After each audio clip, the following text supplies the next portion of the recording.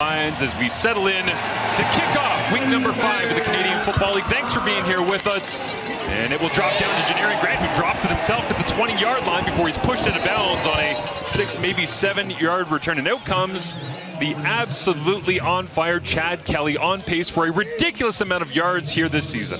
Yeah, and in 3 games this season, 1,190 yards. He's 7 short of franchise best ever by Ricky Ray in 2017, and this is a player that the players love, believe in, expect to win every game he steps out there. For Lauren Arimalade in the lineup again, as of last week, basically just Chad makes them believe at all points because he'll throw it anywhere on the field at any time. He begins off balance by completing it to the outside, and a small gain looks like goes to DeMonte Coxie on the play as we get a look at the rest of the Argonauts starting offense. So a couple of changes with changes in the second. Peter Nicastro starts at right guard, and then our first start for Nick Piazza, and then Kevin Mattel has been unbelievable this season. The deep ball, second deep ball player in this system that they need, along with DeMonte Coxie.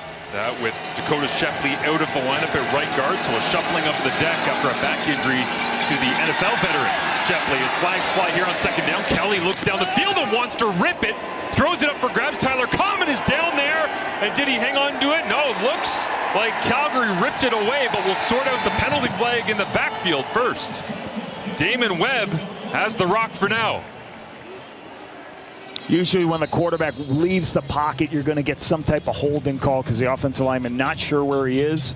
We'll see what this penalty is. Damon Webb going up and high pointing that interception. Great play.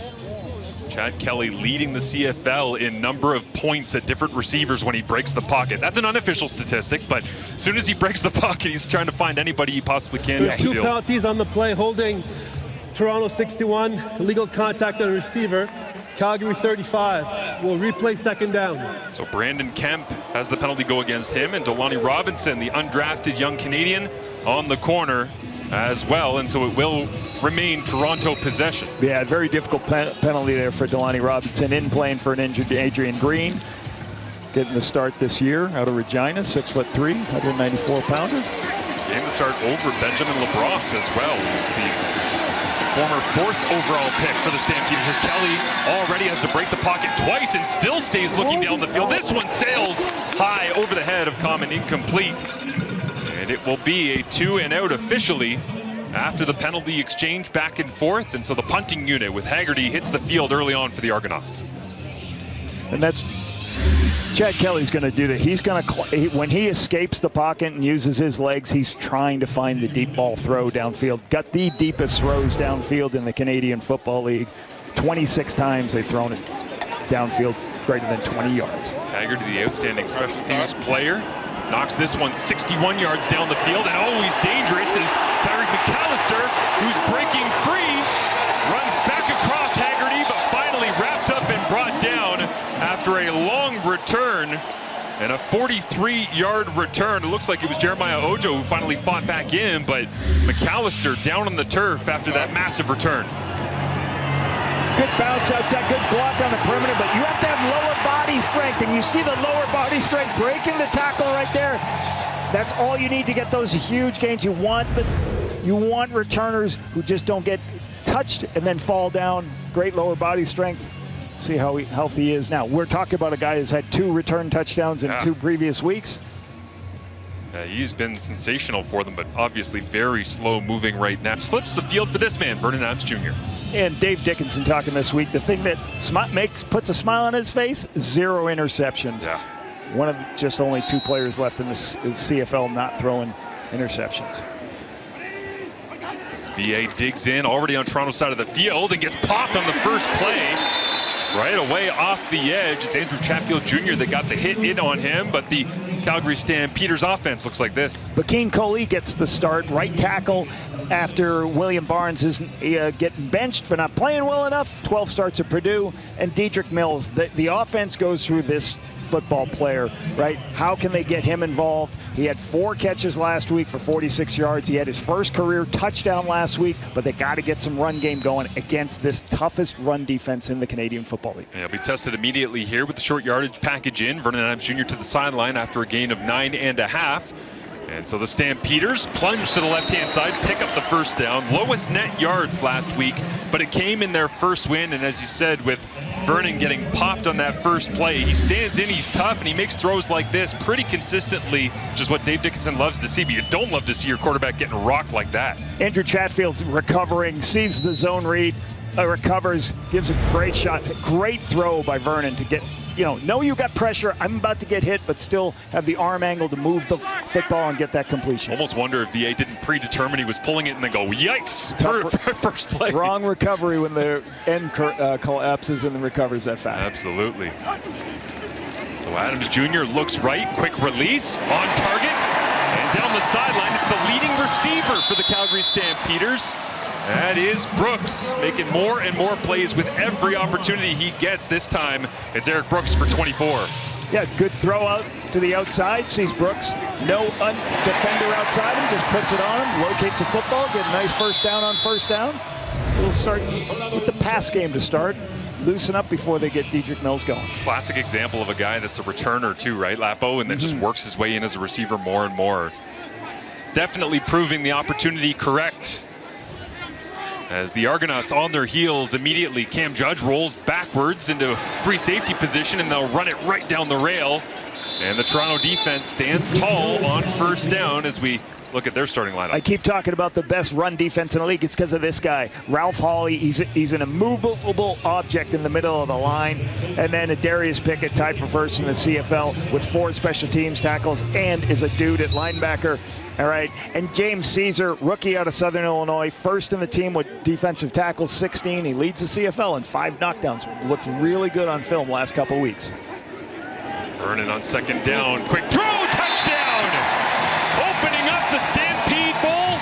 It goes to Jalen Philpott for the major. Now what do they got cooked up here? It was a little celebration. Oh, there we go, little line dance from the boys in red and white for the home crowd.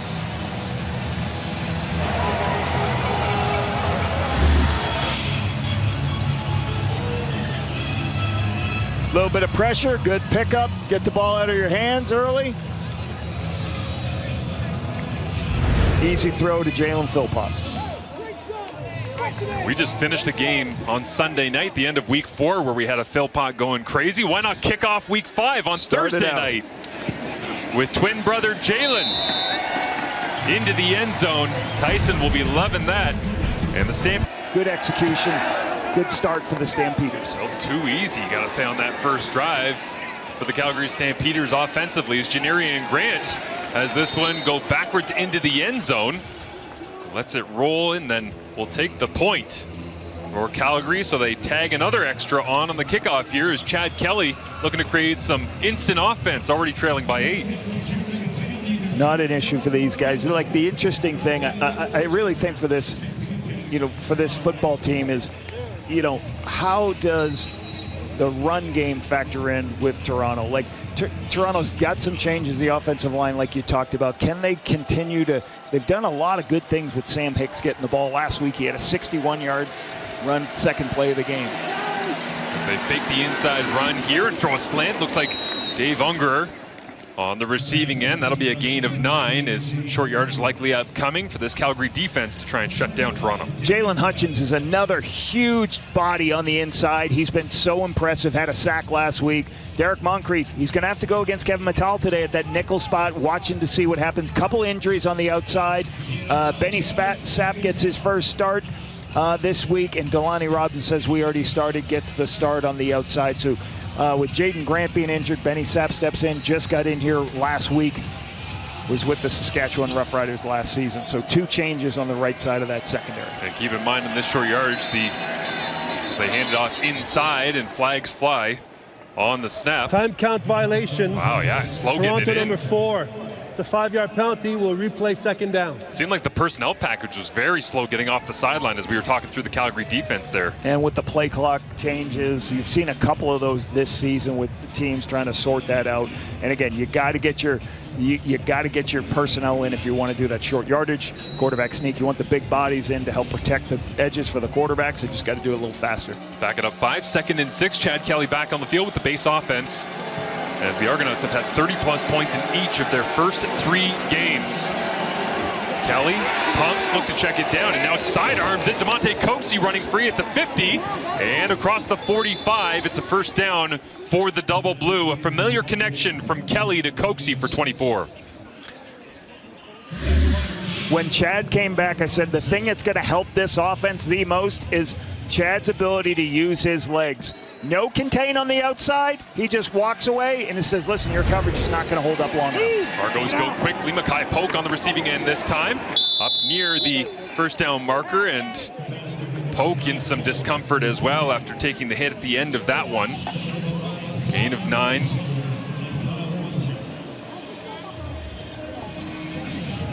The teams that have quarterbacks who can move are the teams that can really break down coverages. Defensive coordinators hate the quarterbacks who are going to start moving around, and then at opens, you cannot hold up coverage all game or for 6-7 seconds. You have to be able to put yourself in a position to be able to hold up as long as you can. Here's Polk right here getting hit by Alexander. Timeout, Toronto. And again, in short yardage, it looks like the Argonauts, a little bit of indecision on the sideline. So using their first timeout, that's a difficult mistake. They just didn't want to get another 2nd and 6 here.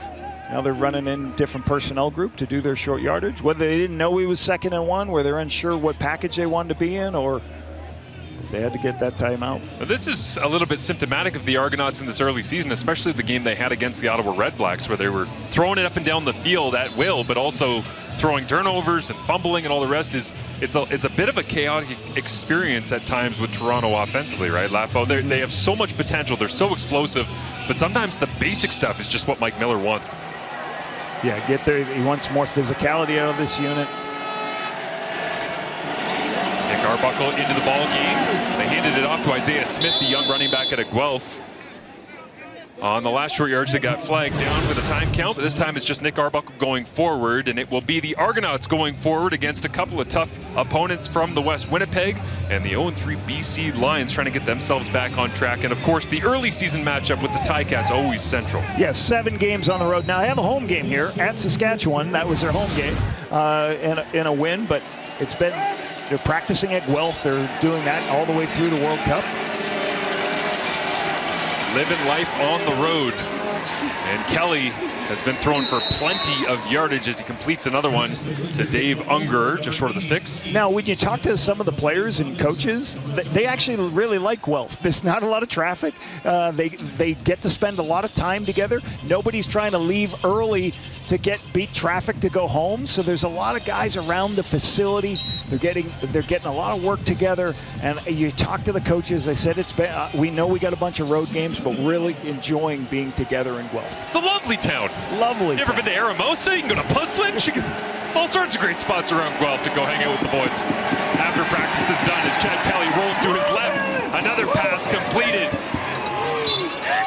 And it is good for a first down. Sam Hicks out of the backfield, but you get the sense that Kelly's mental clock a little bit quicker here today with Dakota Shepley out of the lineup and a shuffling of the offensive line. Yeah, I just love the ability. Like Sam Hicks out of the backfield right here. It goes up, breaks out to the sideline. You just put Marquel Lee in a position where he just can't make the play because he's inside position. Nice, easy throw by Chad. Into the score zone, the Argonauts go for the first time on a long drawn-out drive as Kelly rifles this one right to the sticks. Dave Unger makes the grab, and it looks like it should be spotted just in enough to create a goal-to-go situation as Ben Major, our referee, takes a good look at it. Stampeders got to find a way to, the ends can't give up contain. There's been too many in these 2 drives where there's no contain on the defensive ends. So allows Chad to get outside and find Unger. And they'll say the football was just shy of the marker, so 2nd and short. And they decide this time to not mess around with the short yardage package, just leave Chad Kelly in the ball game. Bunch set to his left as Kelly looks right, rifles it, Mackay Polk. Touchdown Argonauts. What a great grab and seamless read from Chad Kelly. Pitch and catch for 6. great recognition, understanding, hey, Mackay Polk's defender is 12 yards off, just like on the previous touchdown for the Calgary Stampeders with Jalen Philpott. Let's just take this throw to Mackay Polk. Easy throw just inside the sticks. If the defenders want to play in the back of the end zone, let them play in the back of the end zone. We're just going to throw to the front pile, at the front of the end zone. Chad Kelly's hot start continues as he leads a long touchdown drive. 9 plays, 70 yards in 4.5 minutes, and a perfect answer on the football field and keep making plays with his legs. Great to see Tyreek McAllister back on the field. Looked like he might have just been winded on the big punt return that he had earlier as he was down injured. This time he runs into a crowd. Good coverage from the Toronto Argonauts coverage units led by special teams coordinator Mickey Donovan as Vernon Adams Jr. returns to the field here after a smooth start. 3 for 3, 40 yards and a touchdown already on the board for VA. Big part of this game is obviously Calgary's first in the Canadian Football League in protecting the football. Well, the Toronto Argonauts got the most takeaways in the CFL. That's a huge thing. What's going to happen today? Can VA continue to protect it, or is this Argonaut defense that's got 7 takeaways already this season, can they steal it and get their offense back on the field? Inside handoff, Dedrick Mills, the workhorse for the Stampeders, will pick up the gain of 3 yards on the play. 2nd and 7 upcoming.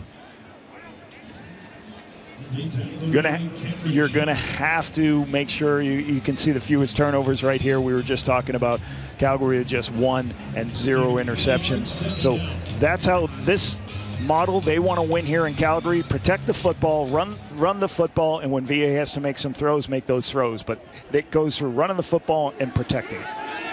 Only one team out of 14 this season have had more turnovers than one. It was Saskatchewan against Calgary earlier on this year. Now pressure is on, and Vernon thrown backwards and brought down. Andrew Chatfield Jr. Hot start to 2025 and cooled off down the stretch, but he's trying to fire things up again. His 2nd of the season.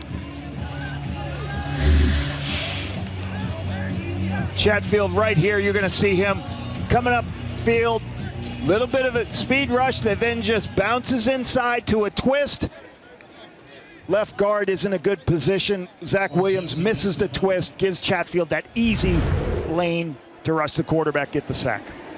Sometimes this week he told us that he's a little bit bigger, a little bit stronger. He's put the work in, but still feels as though he has the speed to get to the quarterback, certainly proving it right there.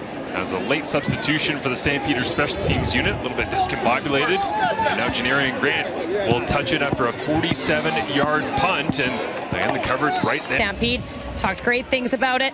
Of course, the guys, they're very excited. They arrived in their Western wear today, and of course you saw it, that first touchdown celebration. They had a little bit of a Stampede feel to it. Yeah, it was wonderful. Thank you, Brad. His completion here from Chad Kelly. Mackay Polk fighting through tacklers, but yeah, you can feel the energy in the pregame warm-ups a little bit different. These two teams, obviously plenty of connections in a 9-team league going after it, but you knew that they were going to set the tone early on, and plenty of physicality, especially from the Toronto receivers getting out. Quick checkdowns once again on the backside of their run game. And that's what Flo Limilade said this week. He's like, we have to be better on first down. We have to manage Chad Kelly. He's gonna fake a run play and then flip it out to the wideouts. We've got to make sure our eyes are right and we can handle this RPO system and put ourselves in a position that we don't create first downs on first down, which, you know, Toronto is moving the ball very well at this point right now. By the way, as we see Delaney Robinson making his way to the sideline, so they'll shuffle the back end of that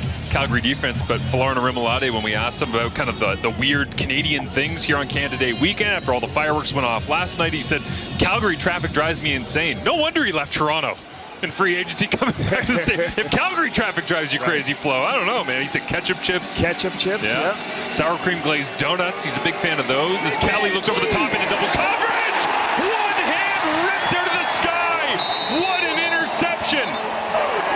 It's Alexander plucked it out of the Stampede Bowl air.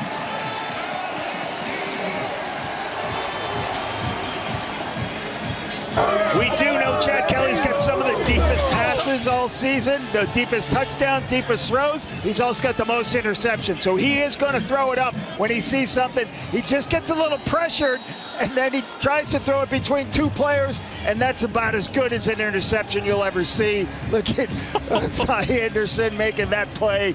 Unbelievable. Take a bow. Had an interception last week. LSU first-year player. Spectacular interception. And maybe gives the offense some much-needed momentum here as it is complete to the outside. Vernon Adams Jr. slings it quickly to Jalen Philpott. They're obviously on the same page here. Jalen said he was begging to get a Stampede Bowl with a gain of 20 here to start this drive off. Real easy picture. You can see this and out. So all you're doing is taking the inside route. If the corner drops down like he does, just throw the out cut. You're in good position to make the play. Philpott, good catch on the sideline. Vernon hands it off. Dedrick Mills turns his way across the 55-yard line. Solid pickup on first down. That's not groundbreaking news for the Calgary Stampeders when they go to the ground game on first down. It is consistent returns on investment. Cameron Judge with a good, I was talking about this linebacker crew. Cameron Judge, Isaac Darkangelo, Darius Pickett. Those are three really good linebackers. That is part of why this team is so good against stopping the run. Cameron Judge continuing to play at such a high level. Vernon's got eyes into the boundary to his left. Hard count. Looks like he might have got Toronto to jump offside. A little slant underneath, incomplete. Intended for Tevin Jones. But I think the Stampeders will get some free yardage on this one. Benji Franklin with a nice play on that. We have offside against Toronto. It's a 5-yard penalty. It's still second down.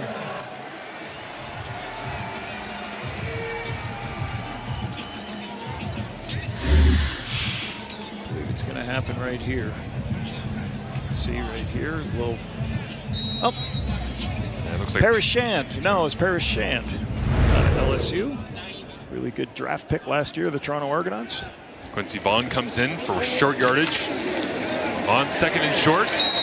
As Vernon Adams Jr. win number 50 against the BC Lions. He's 50-30 in his career. And 4-5 against these Toronto Argonauts, but 0-1 against one Chad Kelly. Not many experiences of them, of course, due to Chad Kelly with the major injury that made him miss all of last season. Continuing to see how, a lot of passes early in this first quarter, trying to loosen up this defense, mix in some runs.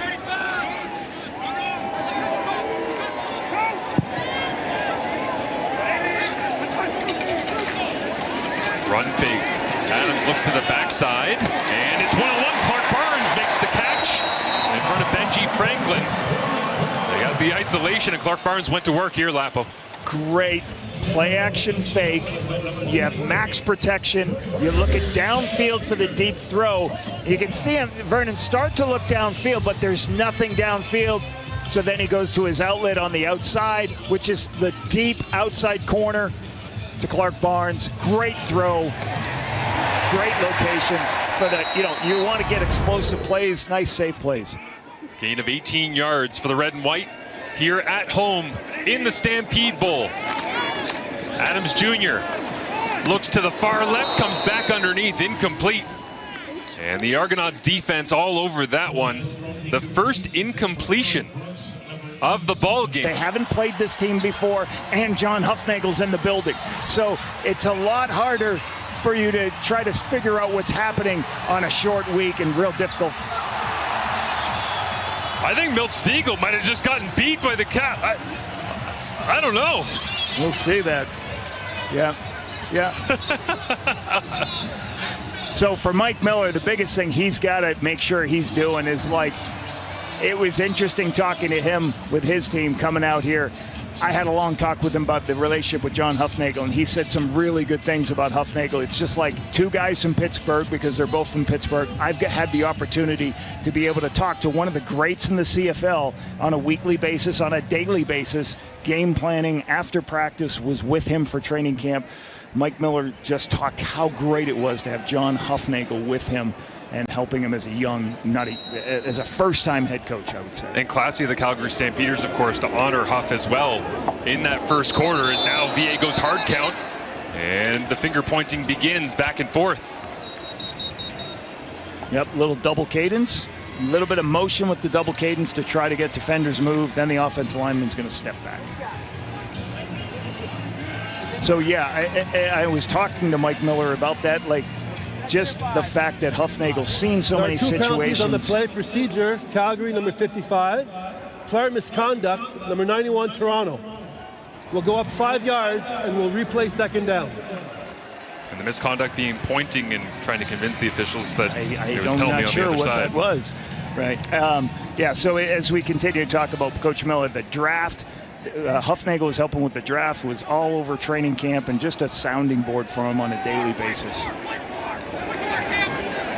Isaac Darkangelo making the calls in the middle of that Argonauts defense as Vernon Adams Jr. goes to the left-hand side to Jean Brissett. The former Argonaut leaps to the end zone. Touchdown Stampeders. A gain of...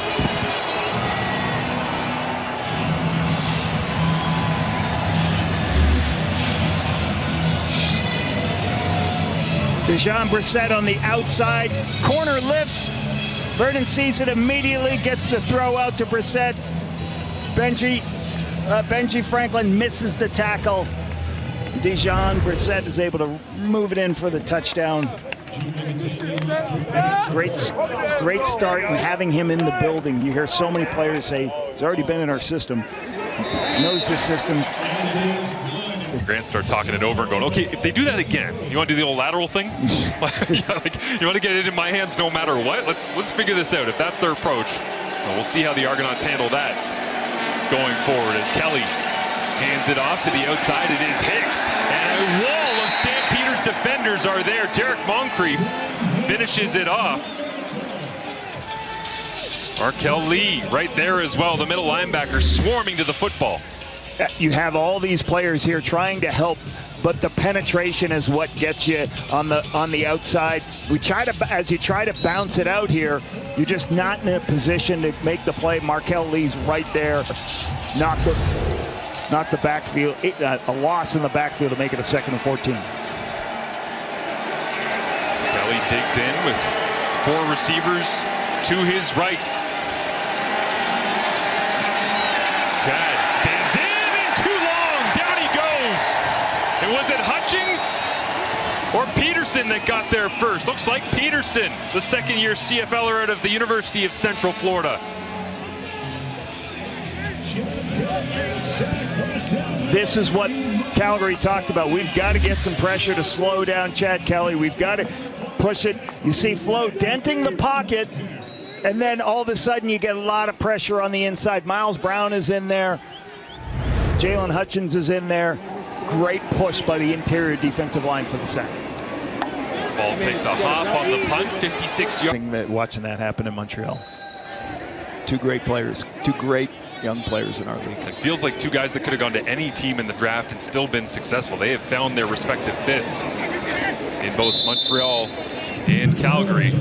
As inside handoff doesn't go for much. That Argonauts defense up front doing their job early on against Dedrick Mills, and Andrew Chatfield Jr. He had the sack earlier, but he told us they take pride in that run game. Well, you can see that the way this game is being called right now, you can see what's happening for this football team. Owen Goss makes a play on this to stop this run, but they're throwing the football. They're not trying to run the football. They want the ball in Vernon's hands because they respect this run game so much.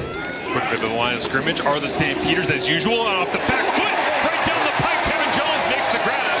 VA under pressure as he's been so much of this early season. 34 hurries allowed by Calgary coming in, but Vernon connecting for 30 yards on that one. James Caesar, you're going to see on this play, it's very hard sometimes with the motion of the Canadian Football League. So as Tevin Jones motions across the field, James Caesar just gets out of position, then gives up the post play for a huge gain. And then that's some of the things the young corners have to, and halfbacks have to understand about the motion in the Canadian Football League. Fake on the jet sweep here as VA rolls to the right, goes crossbody, high and away, incomplete for Clark Barnes. That's the type of catch we're used to seeing Reggie Begelton make across the middle in this Stampeders passing game, but still out and injured after a broken leg suffered last year in week 2 against these Argonauts. Just missed a little high on this. This is a boot to the wide side of the field. Everybody's covered, but not the backside. Barnes is there. It's just a little high. You'd like to Barnes help pick that, your quarterback up when it's not located.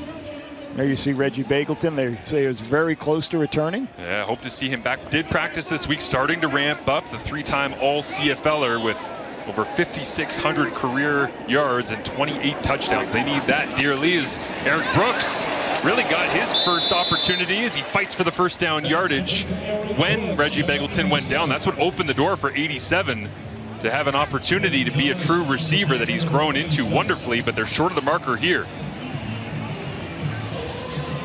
I don't see a kicker coming in. I see the big guys coming in, so they may be going for this 3rd and short. This is a 3rd and 1.5 to almost 2. And they will be aggressive and go for it. As you see the absolutely perfect weather that we have here. I bet you the Argonauts are glad this isn't at home today, because it's about 40 degrees back in the GTA. Nice cool breeze here in Calgary. Rolling through the foothills as Quincy Vaughn leaning forward. It'll be close. Looks like he got a good push, but they had a lot to gain. This was a 1.5, I thought, and usually when it's a 1.5, you're worried about doing quarterback sneak at this situation. And it is a turnover on downs coming in. Calgary 7. The wide receivers on the outside, you got to be able to make your blocks on the perimeter. Didn't make the blocks on the perimeter, created the penetration. Over the screen here, Kevin Mattal makes the grab.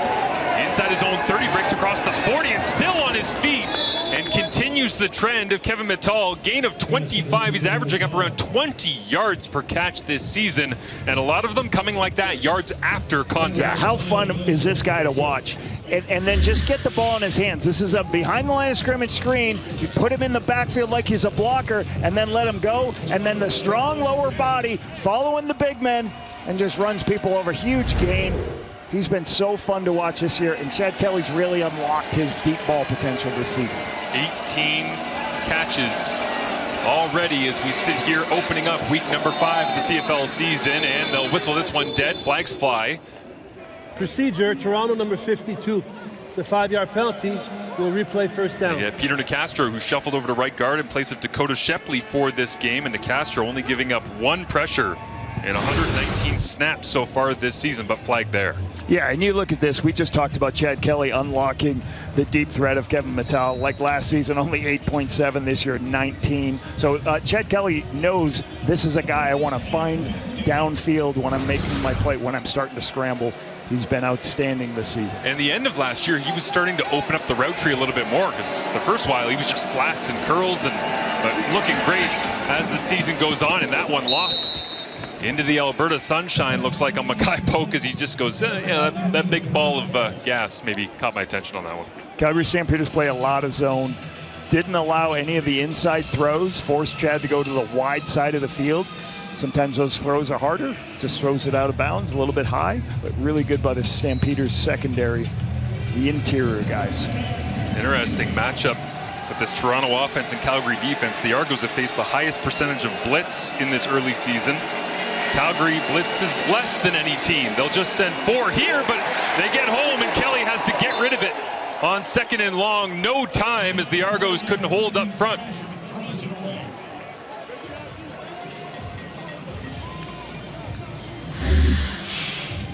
Clarence Hicks ISO'd on the outside. Watch him with a jump inside, makes an inside move, and that forces Kelly off his spot.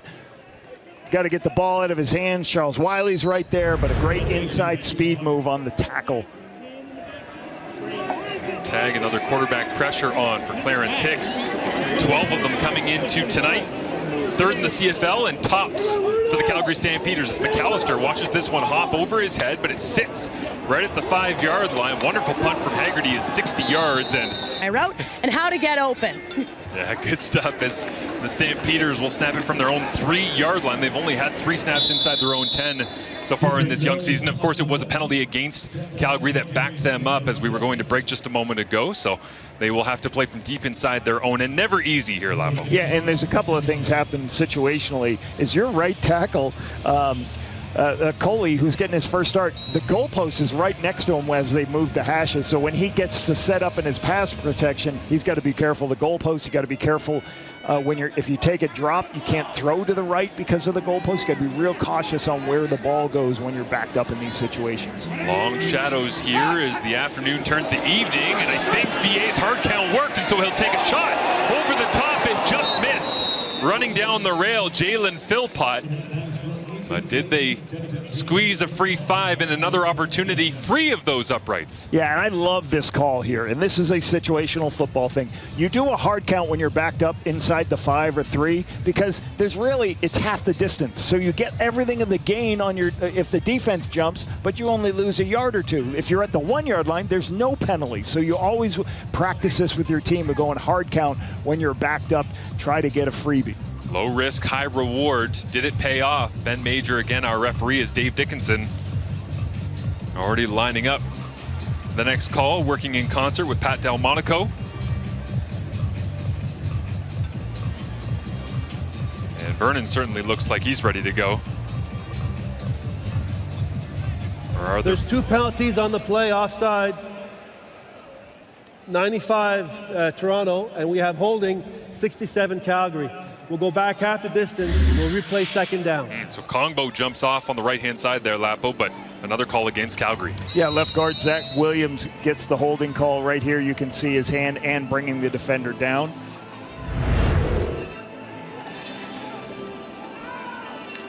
And Dave Dickinson wants the tempo in and out of the huddle a little bit quicker. This is what I mean. Watch where the goalpost is compared to the right tackle. As VA gets the 4-man rush, has time, throws outside, and it was just off the fingertips of Benji Franklin, who would have walked backwards, moonwalked perhaps, all the way for a pick 6. Trying to get it to Tevin Jones. And you have that understanding. The ball's going to go into the boundary because quarterbacks don't want to throw to the field because of the goalpost. So they try to take the throw out here to Tevin Jones. But Benji Franklin is right there. He almost makes it. It's right about it. It's a hell of a throw. Yeah. Great location. Just couldn't bring it in for Tevin Jones. Devil's advocate, I kind of like when you have to only play the boundary because of the uprights. Yeah. Right? When you're one-on-one, they know where you're going. You know where you have to go. Take the deep shot. Exactly. Gamesmanship, no matter what the physical geography of the layout is this one skips for the Calgary Stampeders, and Jerry Grant will not get a chance to return it. That will make the Calgary special teams unit happy as it ends up being 59 yards. And Marshall, so much of this game has been removed. When teams, the rule changed where after you kick a field goal, you can take the ball at the 40-yard line. So many teams do that nowadays. So the game isn't played as backed up as many. You don't have that many backed up opportunities. So this was really good by Toronto. They had them backed up. They didn't allow first downs. Now they got great field position for them to go get in field goal range or touchdown range. 5 wide for Chad Kelly. Inside, Mackay Pope makes the grab. First down, Toronto. Put the ball in this player's hand. The running game resurgence for the Argonauts has been great this year, but yeah, it certainly does go through the right hand and arm of Chad Kelly, as this time stacked up and turned around is Hicks. As Hicks on Hicks, the battle there. We teed up off the front of this ball game, just a gain of 2 yards. Yep, Clarence Hicks coming off his defensive end spot, making a nice stop there, forcing a 2nd and long. There is Doug Flutie on the wall of honor. The guy wasn't bad for Natick, Massachusetts. Used to watch him growing up as a kid. Kelly looks left, works his way back right, just throws it up for DeMonte Coxie, who was in a hand battle. One-on-one on the outside with Anthony Johnson. It falls incomplete. As Coxie gets a laugh about that one. Yeah, sometimes it's hard with Johnson here. In a full back pedal the whole time. then he's in a position where he's deeper. Coxie can't get in a position. I think they're going to try to get a challenge flag coming when you watch that hand placement. You know, the people upstairs in the booth, when we see this angle, they're going to see the same thing. They're going to tell, hey, should we challenge here? And I think that's the message Mike Miller got from upstairs. Toronto is challenging the previous play. They believe there should have been a penalty for pass interference. The play will be reviewed. So they'll take a look at it with 4:05 remaining in this first half. And Miller's been on the money early on when it comes to challenges. You can get a lot of penalties when this ball is underthrown, because as the receiver starts, both guys start to turn back, and as Coxie starts to get back to get in a position for the football, Anthony Johnson is right in that position. So does his hands go too much? That looks like impeding the receiver's ability to get back to the football. So I would think on the review, this is going to be overturned. And the definition of the defensive pass interference call is that you tangibly affect the receiver's ability to play the football. I would say that one qualifies. I also just wonder whether or not the tug that Coxie gave to Johnson's uniform plays into this at all. Not that it should, but just back and forth physicality on the outside. It's an interesting for this secondary this season. After Zion Alexander's first interception, that's the first interception of the season for this defense, trying to get better in the back end for the Calgary Stampeders. As officials talking it over with Dave Dickinson, and Ben Major has the call. Upon further review, the ruling on the field stands. Toronto loses their challenge and their last timeout. It's third down.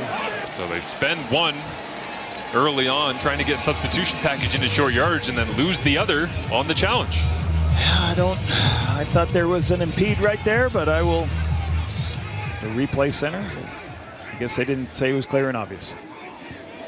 And it sends out the field goal unit, Liram Hairolahu, 19th on the CFL's all-time scoring list. 16 back of JT Hay for 18th. And he's 10 of 12 so far on the season. This one from 52 yards away. Plenty of leg and on the money as Liram closes down the gap here on the road in the Stampede Bowl.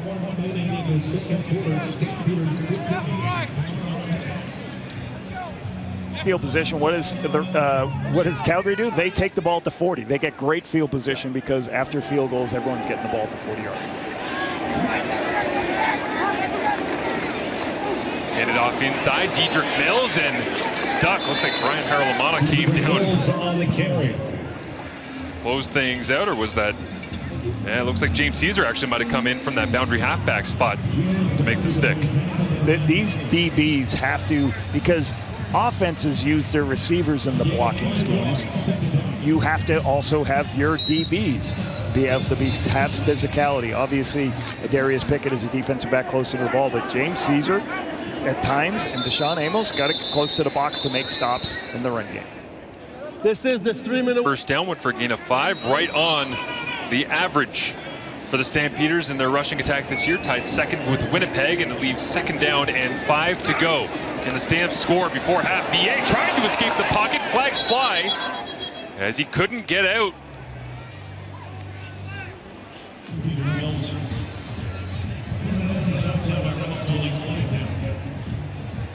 illegal contact on a receiver, Toronto number 26.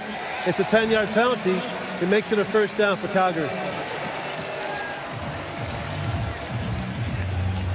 The call goes against Brian Haralamana, but 8 scrambles on the season coming in. First in the CFL for VA. He is not shy to get out, and Dave Dickinson a fan of that. He called him the jitterbug in the game against BC last week. Yeah, and you have to do that sometimes. When Ralph Hawley, Jalen Bell did a twist, he felt pressure. They recovered very well to make that play. So a fresh set of downs here right at the 55. And they give the little jet sweep around the corner. Jalen Philpott, that's been a staple of his time with the Calgary Stampeders, and this time he takes it for a gain of 7. Yeah, you always want to protect your inside core runs with what you call misdirection runs. So here's a misdirection. He's going to come across. The line all goes to the right. You just flip it to your receiver on the outside. He should circle the defense and leave your receivers out there. If those two receivers make a block, you get a big gain. Nice 5-yard gain. So when everybody's packed in trying to stop Dedrick Mills, you can get it to Philpott on the perimeter. And Andrew Chatfield is down for the Toronto Argonauts right now, as they've dressed 8 defensive linemen in this football game. 4 defensive ends by position, 4 defensive tackles, and Chatfield already with a sack in this football game, but slow to get up onto his feet. Done a nice job in the draft. See if we can see Chatfield right here when he goes to make the tackle. Kind of rolls his knee. Got tangled up, but walking under his own steam back to the sideline. It's great to see.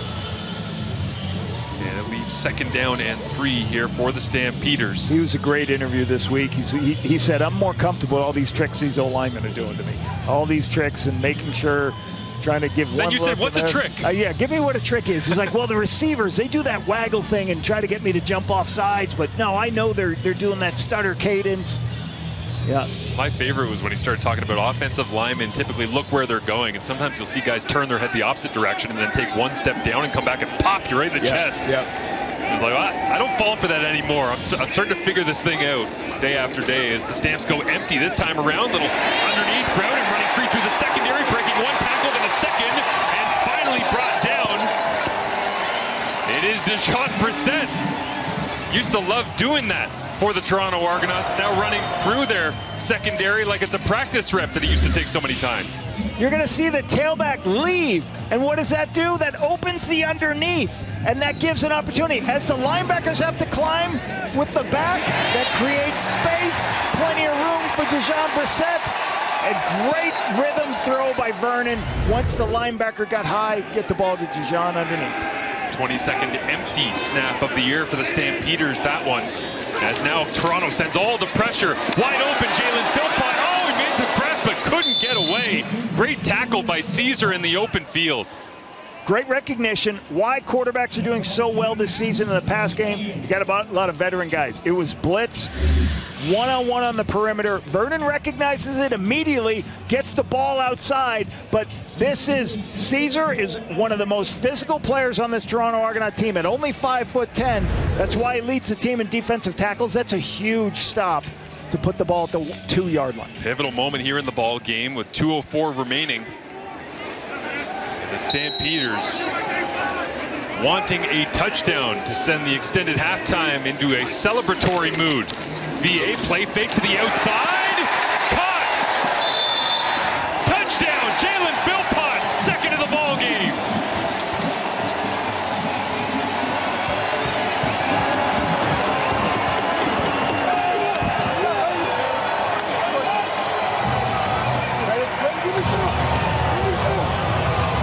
This is a beautiful catch. Pretty pictures by the receiver, Jalen Philpott. It's a little bit of a rough play, but watch how he has to leave his feet to make this catch and controls the football. Unbelievable catch by Jalen. Great concentration on the ball that was a little bit too far for him.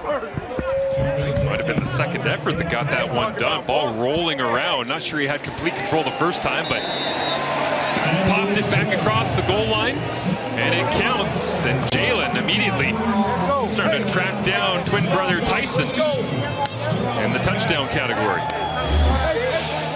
You can see how much the Calgary Stampeders respect the run game.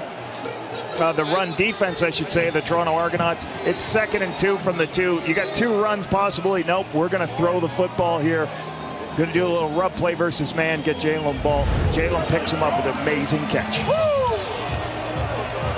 And a 22-10 advantage. The largest lead of the season, by the way, last week was when Calgary went up by 21 against the BC Lions. Not quite there, but they are certainly in control of this first half as Vernon Adams Jr. playing with a high level of confidence after taking down his old team. Although Dave Dickinson did kind of laugh with us this week. He's like, it's nice for VA to get that victory against the BC Lions because they decided to trade him away. But he's like, Vernon's got like 5 old teams. Yeah. He plays against an old team basically every time we take the field. Long enough, it's going to happen. Yeah, exactly. He's bounced around, but he's found a home here in Calgary, and they've signed him to an extension as well as the Argonauts wait to get the football back. And Chad Kelly, you know, always dangerous, will be very interested in trying to tighten down the gap before half. Ball on the tee.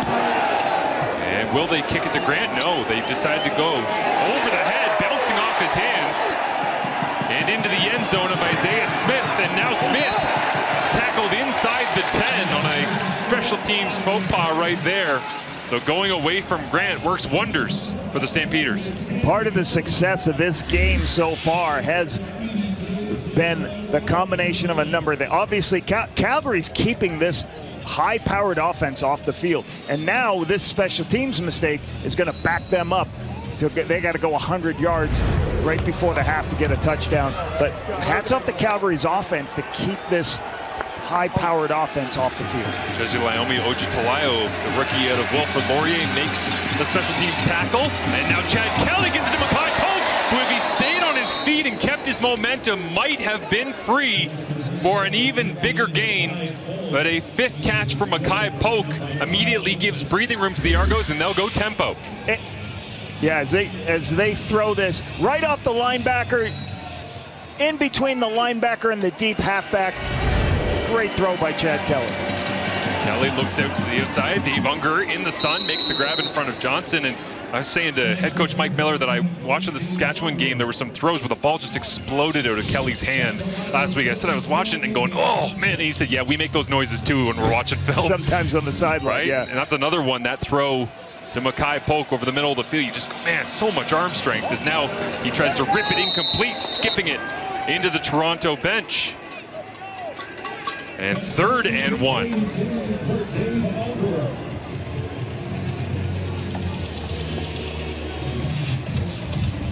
So what do you do here if you're managing the game for Mike Miller? Offense stays on. They've already used their timeouts, Yeah. right? So they don't, right? So they got plenty of time left, though. You can run the ball right here to get this first down and get back up in tempo. Would be a great time for Nope, went empty. Tyler Common to get involved in the fray as they go 4-by-2, and Kelly's going to try to get it with his legs right up the middle. And Kelly free to slide his way down at the 45-yard line. So move the sticks on 3rd and 1. He got that and plenty more. So intelligent by Chad, recognizing, hey, as the box clears out, when there's only 4 rushers, they get upfield, nobody in the middle of the field. I'm going to go ahead and run it, get the first down. Nice play there, recognizing the middle of the field's wide open. Gain of 17 yards and their longest of the ball game, regardless of position. It comes from the quarterback. Kelly looks right, resets his feet, completes to DeMonte Coxie. And Coxie turns down the sideline, turns on the Jets, and gets brought down at the 7-yard line. Delaney Robinson doesn't make the tackle the first time as Coxie goes in here. He's trying to get it inside. He has to throw it on the outside. You see Robinson in his first start, you miss this tackle, and that creates the huge gain up the sideline for 39 yards. Chad Kelly got popped. I'm not sure how he got any strength to get it out to Coxie on this one as Clarence Hicks came free around the corner. Got his throwing hand caught up, but somehow zipped it out to Coxie, who gets them down to the 7. Blitz on from the Stampeders, underneath and dropped. Mackay Polk couldn't hang on. Coverage there from the free safety, Damon Webb. Stampeders is saying, hey, you know what? You hit a couple of plays versus in zone. We're going to change it up close to the goal line. They bring everybody. They bring the house. Chad recognizes it, puts it on Mackay Polk. It just, whether it's the sun or whatever, he's got to look that ball into his hands for the touchdown. Chad Kelly already over 200 yards passing, on pace for what he's been doing this year. Which seems crazy to say because we showed you early how high that pace is. As Kelly looks left then right, back left, now pumps and walks it in. You can take away all 5-6 receivers, but at some point, Calgary's defense is going to have to deal with the legs of Chad Kelly. A little bit different celebration right there. So the difference is sometimes you want to cover all the receivers, and they do that. You can even see Lee is man-to-man on the back, but there's nobody left for the quarterback. When you play some of these matchup man coverages, you're going to be in a position where if you have a mobile quarterback, he's going to make you pay when everybody's covered. You either got to spy him or don't do that, or try to mix up or bring some pressure. Going for their first 2-point conversion attempt of the season here are the Toronto Argonauts.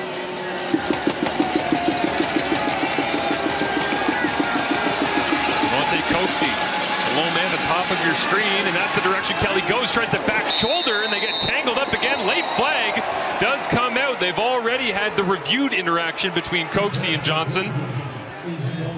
And Johnson making his case.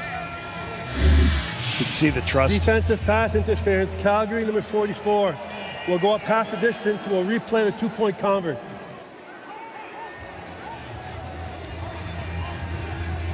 Oh, it got quick six. Quick six.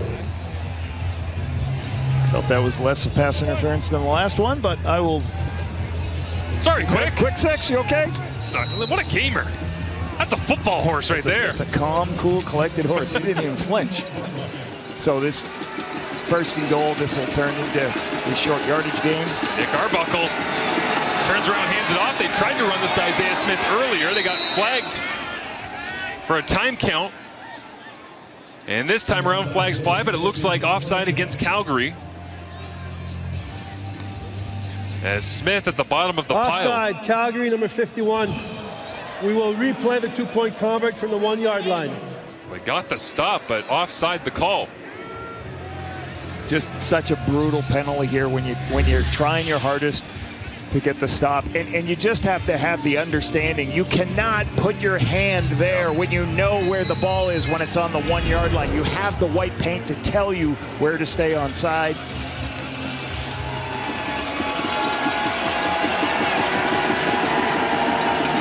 Nick Arbuckle digs in once again. Left-hand side, and the veteran, who was the Argonauts MOP nominee last season. Hard to believe when you think about Chad Kelly just walking into the room and being the starter, but relegated to short yardage quarterback for now. But Nick Arbuckle doing the work at short yardage here with 32 seconds remaining in the half. This is a huge response on the road for the Toronto Argonauts on a drive that started at their 10-yard line to be able to go the length of the field for this score. 7 plays, 100 yards. Jalen Philpott gets the touchdown, and we said Toronto's offense can score in bunches and do it quickly, and just like that, connection to Mackay Polk over the middle. Chad Kelly using his legs. But certainly added by the penalty in the end zone. Definitely. You know, on the pass interference. Calgary does get the football to start the second half as they won the toss and deferred. Toronto took the football, and Stampeders will have their decision to make, but expect them to take the rock as Dave Dickinson perhaps wishing the end of half execution at a bit of a higher level here more than a month in. As Ludovic Choquette stands back, ready to return in the dwindling sun of McMahon Stadium. Calgary coming home after the big win on the road in Kelowna against the BC Lions last week. A sidewinder this time will drop down into the waiting arms of Tyreek McAllister, and special teams coverage supplied there once again by Jeremiah Ojo, the Montreal Caravan product, as Vernon Adams Jr. 12 of 15. We'll take it. 80% completion, 3 touchdowns, 0 interceptions again. And they got about 27 seconds, so you got plenty of time to get within field goal range. Just need a couple passes. Put yourself in a position to get 3 more points right before the half. Isn't it ridiculous, though, Lap, the way the start of the season has gone? We see a guy with 191 yards and 3 incompletions, and we're like, okay. That's normal. Just on par. That's fine. Depth of the quarterbacks. Right now. VA works the boundary, complete. Down the sideline, Tevin Jones. He's going to get them into field goal range and maybe more to end the first half in a foot race. And touchdown, Stampeders. 1 pass, 1 completion, 1 touchdown. Vernon Adams Jr. to Tevin Jones for 73 yards.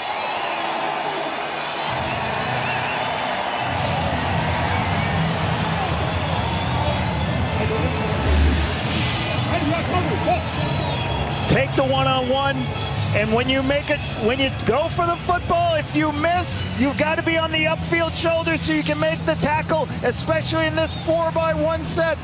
And again, I'm watching this the whole time. He's got plenty of time. It ran down to about 16, 15. You want to make sure you got to get in the end zone before the clock runs down, but he had plenty of time. But Franklin, when you go for that shot, if you miss, it could go for a long way. We just saw Delaney Robinson give up a big play for an explosive play on the perimeter. Same thing over here on Benji Franklin. 15 seconds remain. In this first half, it took 17 seconds for the Stampeders to answer the Argonauts, who just answered the Stampeders. And how about Tevin Jones? 2 weeks in a row, a huge touchdown. He had an amazing catch last week on a go ball for a touchdown, underthrown ball. Great, put his hands up. This is just great speed, concentration for the touchdown. 13 of the 14 regular season games so far this CFL season have featured 50 points or more. We're at 47. It's halftime. It's not even halftime yet. Who knows? But I'm not a betting man. I'd be willing to wager my entire livelihood, though, that we will cross the 50-point barrier in this game. Yes, and Chad Kelly's going to put some balls up in the air for people to see downfield. He's going to throw the ball downfield. Kelly is probably ready to go into halftime admiring his work on the touchdown drive, using his legs to free up some opportunities for the Argonauts, but Vernon Adams Jr. to Tevin Jones, one missed tackle in a foot race means we sit at 29-18 in the Stampede Bowl. With halftime, with the panel on site coming up. And Isaiah Smith gets another touch. Makes his way to the 32-yard line. What a first half. The VA sitting here trying to say, hey, I can play with the great quarterback. That's the thing coming into this game. VA's been protecting the football. They've been running the football. But they've decided this game, we're gonna put the ball in VA's hand and make the plays downfield. So 81%, 261 4 yards in the first half, 4 touchdowns and a half. You just know there's somebody opening their phone at the cottage here on Canada Day week going, the score's what? at halftime? As the handoff inside, going nowhere, turned around swiftly. Kyle Wilson makes the tackle right there. And points aplenty available. And the question now becomes for these defenses going into halftime, what adjustments can you make when the quarterbacks are playing like this and the receivers are just running free, it seems like, all over the place? Yeah, and we'll see. For the second half as Tyreek McAllister gets the first touch for the home Stamps and crosses the 30 before getting a nice big pop on special teams. That's Cam Judge, yeah, one of your outstanding Canadians, as we get a look at Vernon Adams Jr. and his 4-pack of passing touchdowns from that first half.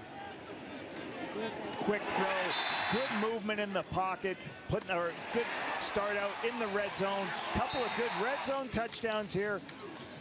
Moving the ball all the way. You got 3 of them inside the 10-yard line, and then this shot right before the half. Tevin Jones, perfect location by Vernon, creates a huge explosive play for the touchdown. So 4 TDs in the first half.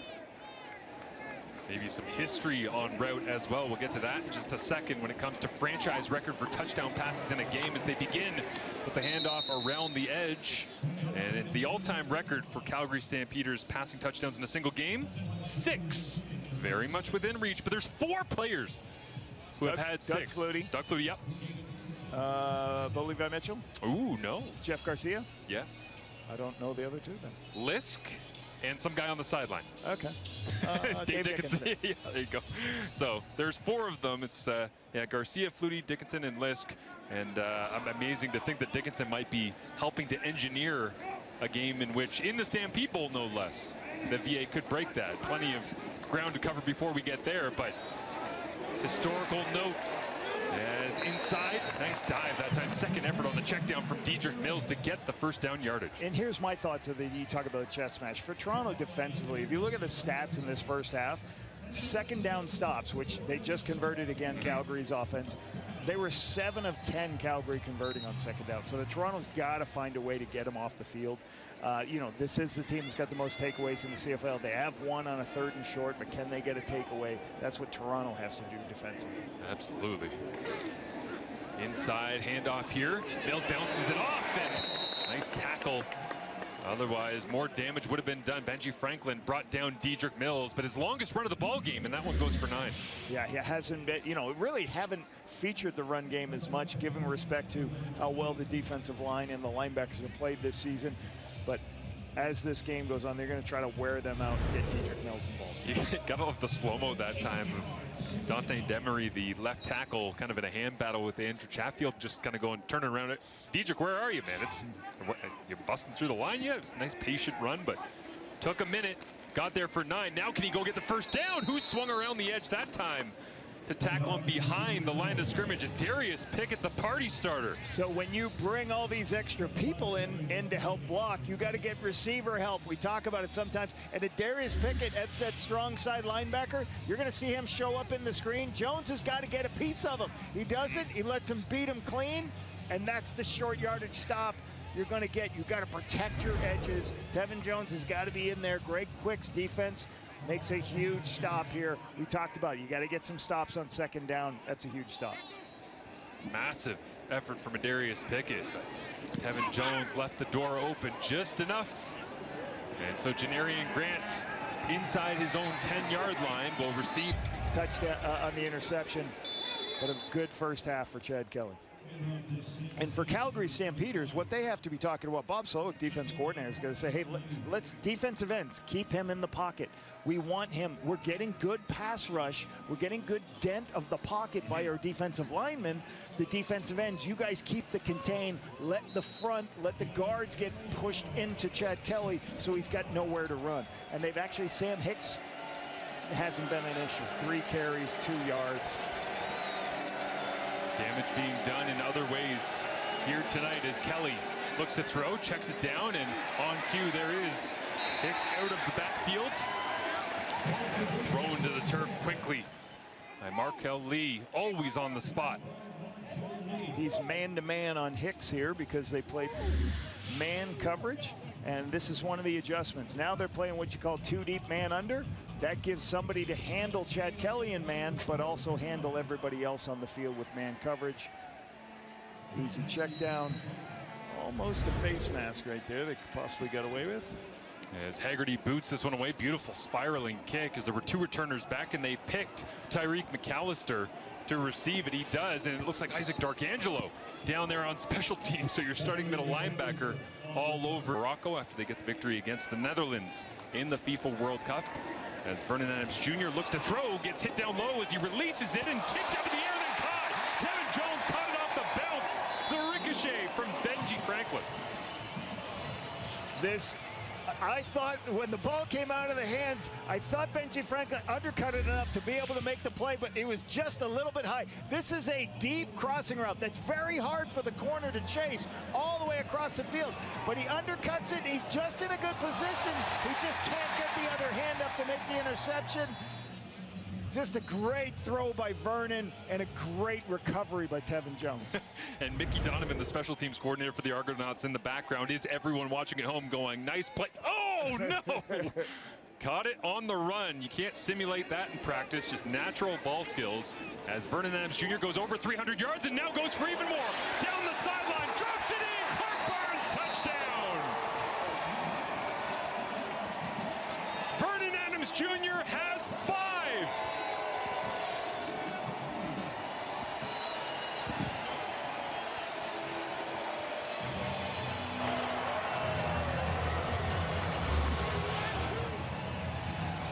Double moves are what kills teams out in the secondary. You see Barnes on the slant and then go, running a sluggo route.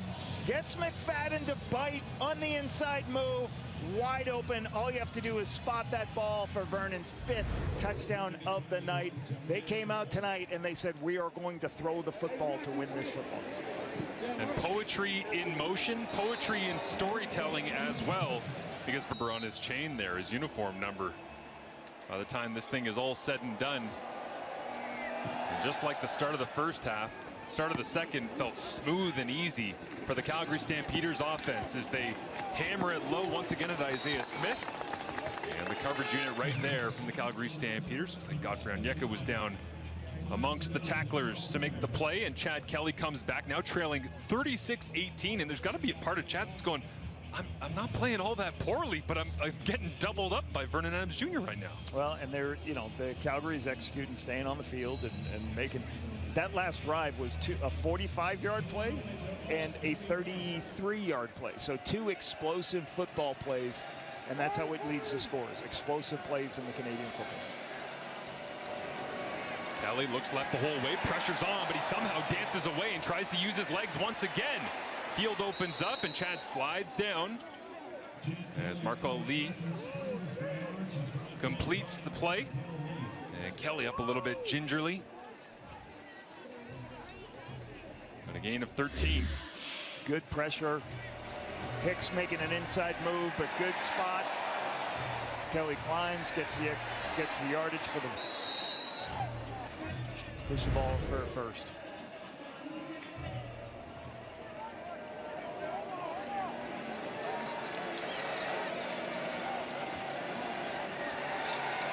Kelly with the extra protection in, plays the isolated receiver, Dave Unger, as Anthony Johnson's been getting plenty of work on this Thursday evening. This time it's Unger instead of DeMonte Coxie, and a gain of 6. It'll be 2nd and 4. Have an extra tight end in the game to help with protection. You can see the tight ends actually blocking the defensive ends before they release out on the route. Also gives Unger the ability to use his waggle and attack the line of scrimmage, get a little bit more softness to get that quick out route. This is how the Stampeders are always going to play on a short week. I think Dickinson might be wishing they got a couple more. Well, thankfully they do.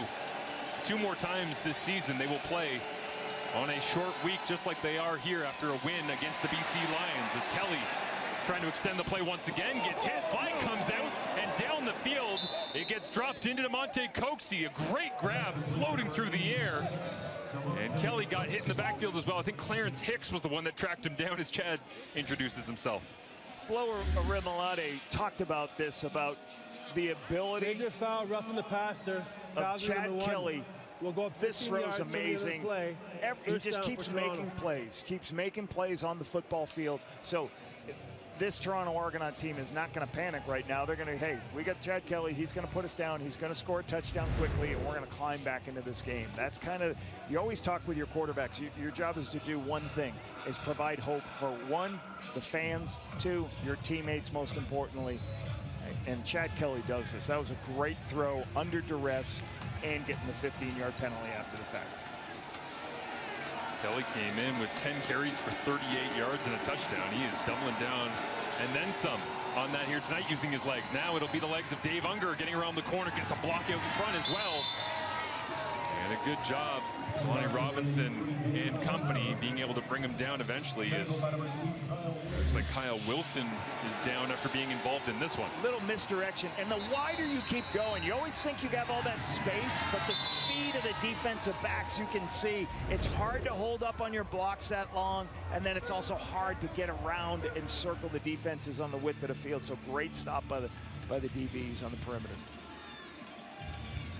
Dave Dickinson watches on with this sizable advantage midway through the 3rd quarter as Wilson came flying in to make the big play, struggling back onto his feet. Just night for CFL action. And, Chad Kelly does what he does, just brings his team right back down inside the 10-yard line on the road to give him a good opportunity get right back into this game. The tag on the 15 after that completion to DeMonte Coxie, and Clarence Hicks with the personal foul. And so from the 8, Chad looks to the right, has to escape once again and rips this one near the 5-yard line. And finally we get a chance to say Tyler Common's name as the Emporia State standout makes a grab. Defensive coordinator Bob Sloak's got to be happy. Once again, pressure. Nowhere to go with football, playing man coverage. Your pressure gets there. Now they're in a position where, hey, we force him to throw. We got a guy right there to make the play. going after it here on 3rd and 1. Kelly was standing back, then dives under center and plunges forward for a goal to go. Fresh set of downs for the Argonauts attack that, again, keep in mind, they've gone 30+ in every game they've played so far this year. Kelly's been throwing it up and down the field, as we said, on the season. Huge pace, and Mike Miller calling things in. You just know they want to stay aggressive, but now they really have no choice but to stay aggressive because of what Vernon Adams Jr. is doing. Trying to keep up with the Stamps.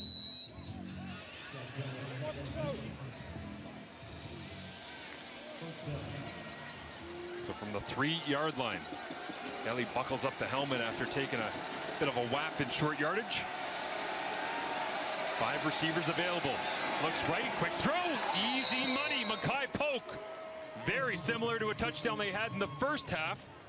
And the Argonauts answer one again.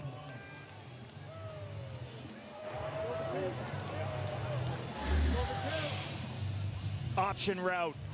Mackay Polk goes up and just inside Damon Webb, in the space in the zone, sits down in the zone. Chad knew he was going to break in the whole time. Easy throw, good positioning by Mackay Polk, recognizing the zone and just sitting in the dead spot so Chad could get him the ball. Going back to the 2-point well here, they will for the conversion. And Domenico Piazza, first CFL start at center, snaps it back to Kelly, who fakes a toss and then rips it to the left on a slant, incomplete. And so 6 points is all the Double Blue get on this one. Calgary, last one just kind of looks like the like uncle that's at the throw around playing at the cottage on Canada long weekend. Maybe it's so short. You're just going to pick the ball up and get your hips ready to throw the football. Yeah, he just flipped it out there to Mackay Polk, and again, easy read, easy throw, but a big payoff as Toronto dearly needed a little bit of momentum here. Now they trail by a dozen points, 36-24, with Liram Hairolahu staring down the football on the tee. And really no choice but to give it back to Vernon Adams Jr., which we've seen how that's turned out so far this evening. With the lights on at McMahon Stadium, could he make his way even higher up into the franchise history books? As Tyreek McAllister turns it out to the 35-yard line. And Vernon Adams Jr., as we see where he stands currently and where he might be headed. Great numbers, great crew of people to be with. 6 touchdowns. It might take 4 games for a lot of people over the years. I gotta say, crazy. Every time that we run one of these boards of Stampeders passing history, it's like Bo Levi Mitchell isn't even on that board. Yeah. It's ridiculous how many incredible quarterbacks they've had over the years. And amazing to see that VA climbing his way up and having a big, memorable moment.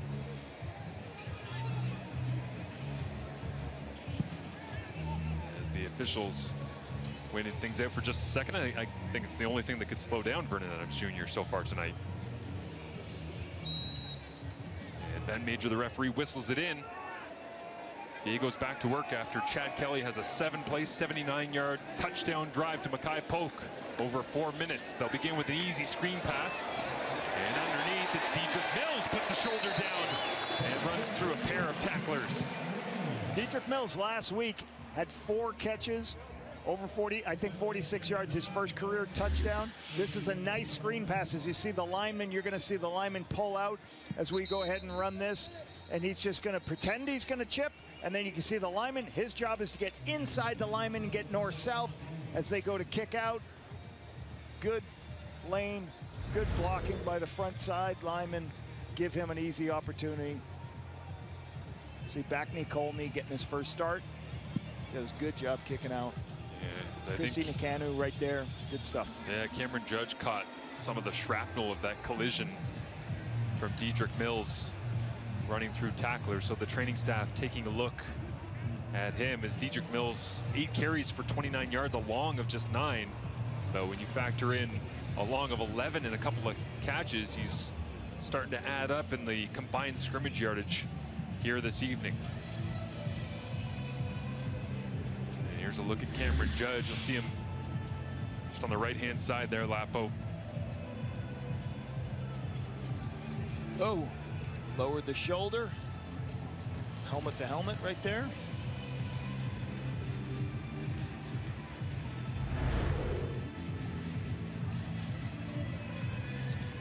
work things through with Cameron Judge, one of the standout Canadians playing on that weak side, and amidst all of the player movement after his time, whether it be Saskatchewan early on with the Calgary Stampeders, then on to Toronto.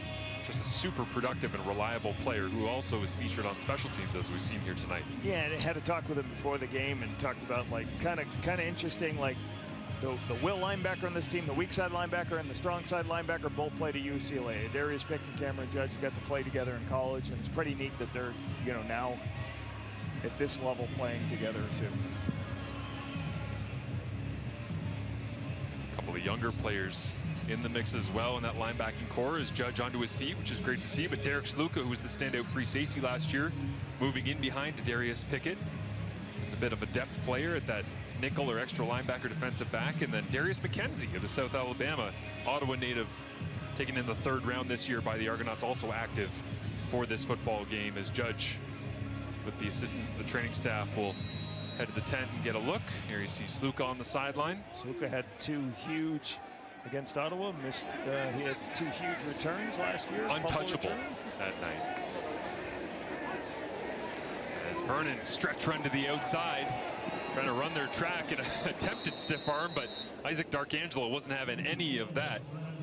Gain of 4 on the play, but a bit of a different look that time up front from the Stamps. Yeah, if you watch Isaac Darkangelo, he just runs right to the sideline. Recognize this an outside zone play, and there's no opportunity to cut back, and he's right there to make the stop. Does a great job of running this down to the sideline. And thanks to the work of Darkangelo, they bump it back to just a gain of 3, so 2nd and 7.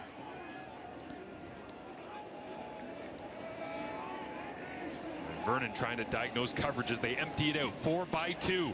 And VA with a pump, and then over the middle, again running free, Jalen Philpott, and tackled at the 30-yard line.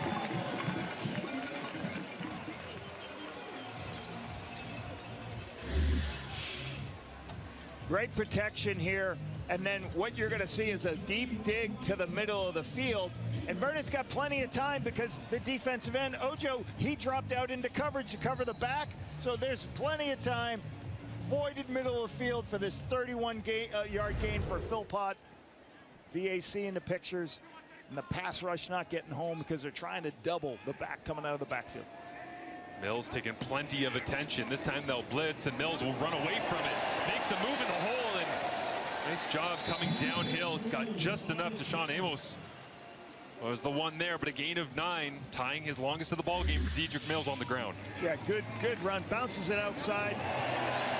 No contained by the Argos defense. Recognizes the picture. Gets a nice 9-yard gain. Don't you get the sense in that play before with Vernon where the most dangerous thing in the world is when he starts randomly pumping at things, you're going, oh no. Because he already knows where he's going. We don't know. Yep. Short yardage. Quincy Vaughn peels the right side of that protection. And VA getting closer with 2 minutes remaining in this 3rd quarter to potentially pitching his 6th touchdown pass of the ball game. Best thing this team is doing is having Chad Kelly in offense sit on the sideline. Absolutely. So they are now 9. They've had 14 second downs, 9 for 14 converting. Staying on the field, making their plays, plus a bunch of explosive plays for touchdown. 4th score zone trip of this Thursday night football matchup as well for the Calgary Stampeders. They've got plenty of kicks at the can. They've made the most of pretty much all of them. Now Vernon thought about escaping out, bounces off his own running back, and then fades this one up for grabs and incomplete, looking for Tevin Jones. I was going to say, if he turns that one into magic, then we know something's happening. I was a little worried. That was kind of a blind throw by Vernon. He felt pressure on the inside, spun around. There is some good push by the only. He doesn't like where he's going. He feels a little bit of the dent of the pocket. So now he starts scrambling. And I don't know. I think that's a blind throw to Tevin Jones. Gets protected right there because that could have been ugly. It's that kind of night, though, where he looks up and sees red, and it could have turned into another score. That's just his 4th incompletion of the ball game for Vernon Adams Jr. Takes the snap here against 5-man pressure, and off his back foot, fades it to Dejon Brissett in the back of the end zone. Incomplete, but flags fly.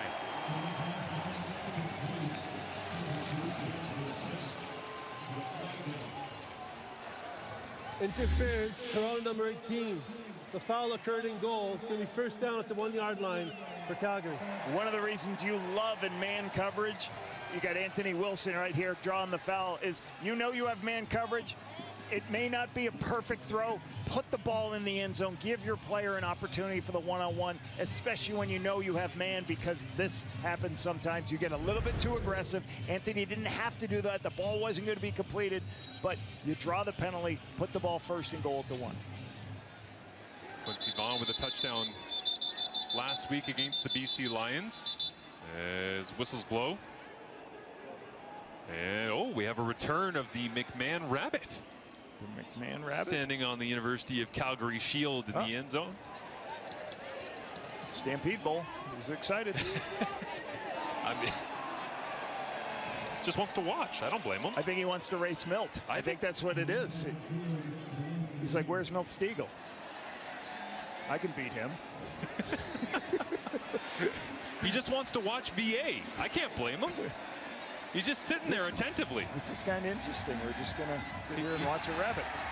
Okay. We've had the rabbit inside McMahon, you know, running to the end zone and scoring a touchdown to the great joy of the crowd. Now, so we're running a play and he's still on the field. Yeah, okay, we'll keep an eye out. Better hope they don't throw the fade here. Vaughn under center, plunges to the left-hand side, and Calgary extends their lead.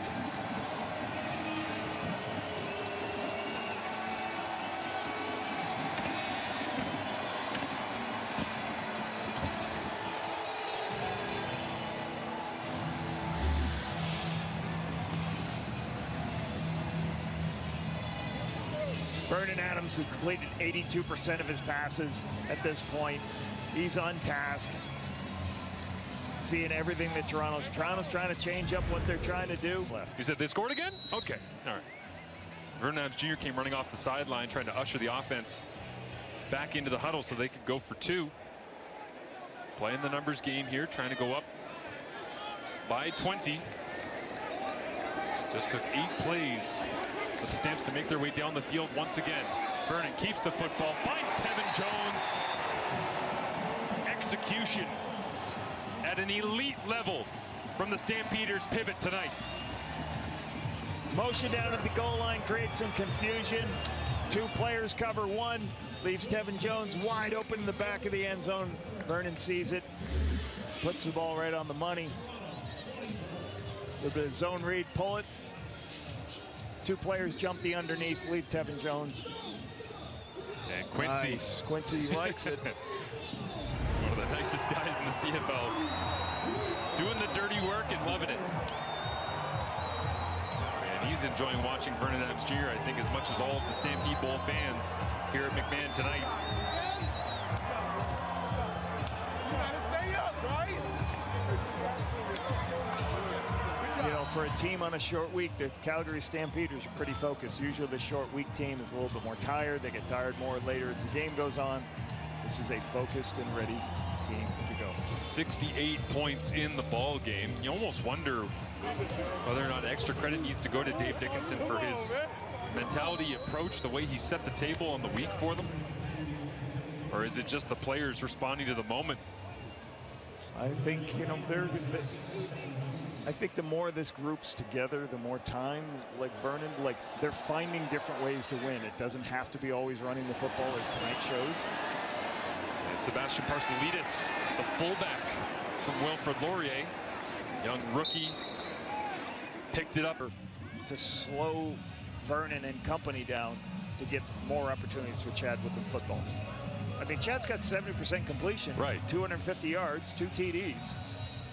And such is the environment so far in 2026 in the CFL. Is a quick little pass out to Hicks is complete. There's a flag up as well for a hit on Chad Kelly at the end of the play.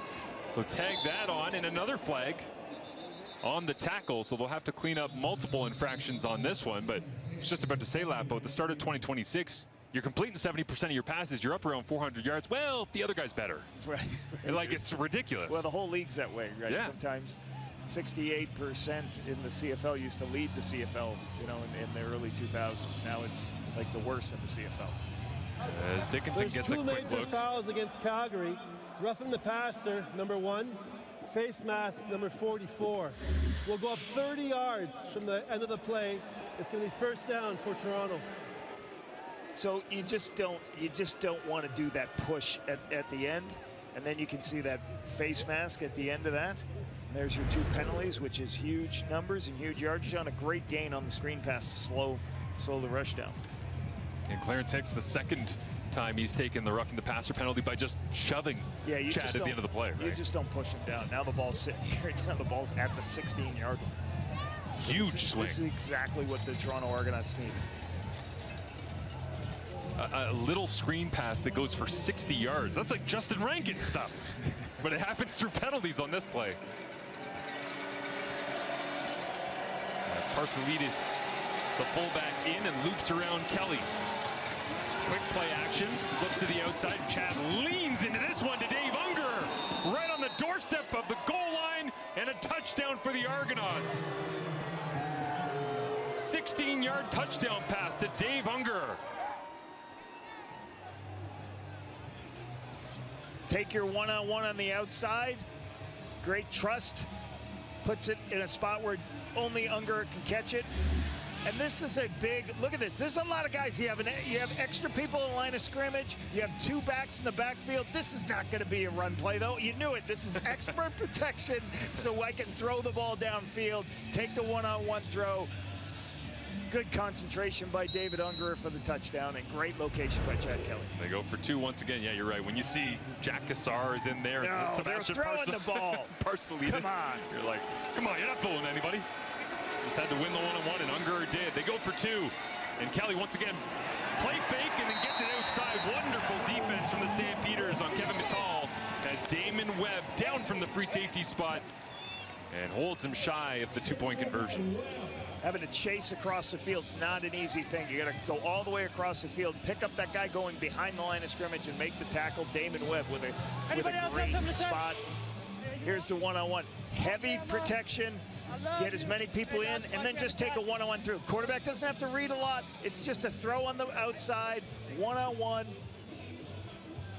Great throw on Delaney Robinson going after the rookie. Good call by Mike Miller. Said, hey, we got a young guy in, not a lot of starts. Let's go attack him. 53 seconds, and the big flip in field position, obviously, due to the screen pass game, roughing the passer, and then the face mask on Anthony Johnson at the end of the play. So they immediately take advantage. And you could kind of see that look at Chad Kelly as well when he was kind of dapping up his offensive line after that touchdown pass to Unger. That it was kind of like, yeah, that's 1. It was like, guys, we're going to need like 3, now 4. We're at 74 points on the first game of the week. Awesome. Nothing better. Setting the standard high. Canada Day long weekend. Great matchups to follow. But this one, a shootout. And we had a conversation this week as well with Dave Dickinson about the level of quarterback play, just how high it is, and when was the last time that it was at this kind of level in his eyes. He was saying early 90s a little bit, and then 96 as well after American expansion. As this kick is going to go out of bounds and immediately help. Danny McManus, Kevin Glenn, I don't think who else was in that crew of quarterbacks. It was just and that's what's happening right now with the quarterbacks in the CFL with the veterans. VA on an out route to the field and off the hands of Jalen Philpott. A flag flies in the backfield, though. I think Chatfield might have got a piece of Vernon after the release. A little bit of pressure here as you roughing the passer. Toronto see number 94. Chatfield wins on the inside. Just a little bit late with the ball going out. Draws the penalty. He got more than a piece. Got his 15 yards worth. So into Toronto territory at the 45. Fresh set of downs. And the Toronto defense has got to be wondering, what can we do to slow this downhill roll? This time it'll be Dedrick Mills right down the hash. And a first down on first down. And a gain of 12, his longest of the evening. Great call by offensive coordinator Pat Delmonico on the draw play. Get everybody rushing upfield, let the pass rush go, and let the back find a crease. You can see them just saying, Ralph Hawley, we can't block you. We're going to let you rush upfield. everybody's expanded the box to play pass, give it inside to your thick back. There's Pat Delmonico making the calls tonight. Calgary this time puts a whole bunch of receivers into the short side of the field. They'll hand it off once again as Mills spins off contact and right down the same hash. Just different ways to get to the same point this time around, but Mills, this is when he usually starts to heat up in the fourth quarter with bodies worn down. Quincy Vaughn helping out a little bit. You see him kicking out. Dietrich Mills with great balance to get north-south and get that extra carry. And sometimes when you don't get a lot of carries in the game and those running backs start getting the couple of carries, they just keep their legs driving. They just say, hey, you can keep feeding me the football. I'm going to keep making plays. You'll want that. Run the clock down. Don't give Toronto time with the ball. That interior of Zach Williams, Chris Fortin, and Christian Kanu working right now as Dietrich Mills gains momentum. And that'll be another first down. And at this point, with a 14-point lead, you're in field goal range.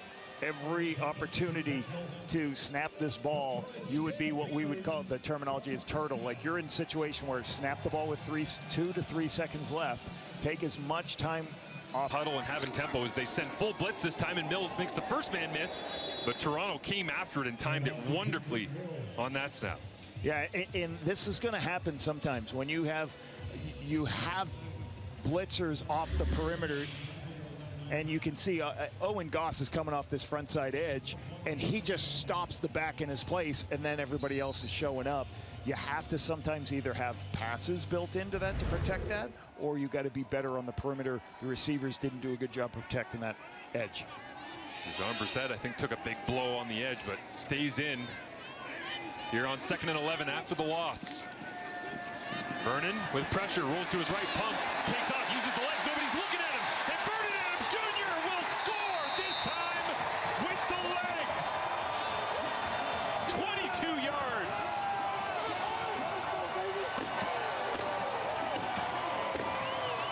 If you thought the fireworks ran out after the Canada Day celebrations yesterday, you were wrong. I guess this doesn't count as 6 touchdowns, but it's 5-1 now. It's man coverage. One of the few snaps of man coverage all game. And watch as Vernon releases. He can't find anybody, but when he starts to scramble, there's nobody left on the field. There's nobody assigned to him. And the rushers can't get to him in the pass rush. So he sees it, recognizes the man, and walks in for the touchdown. The extra point is good. 56 more yards, he will get 400. 51-30.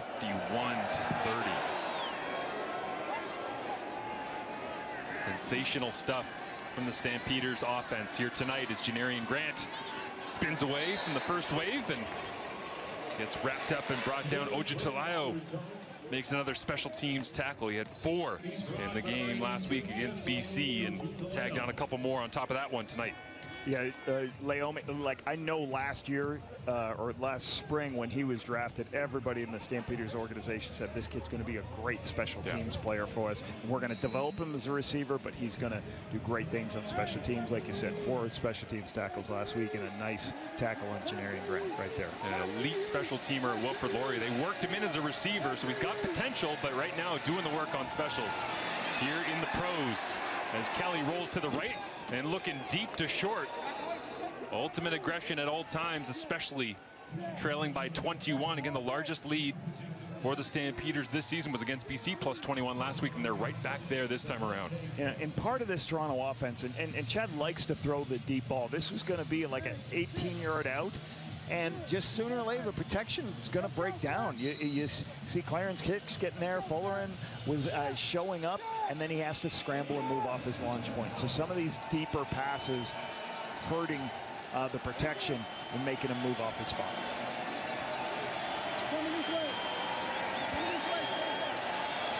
Kelly with a blitz coming, gets it away and intercepted.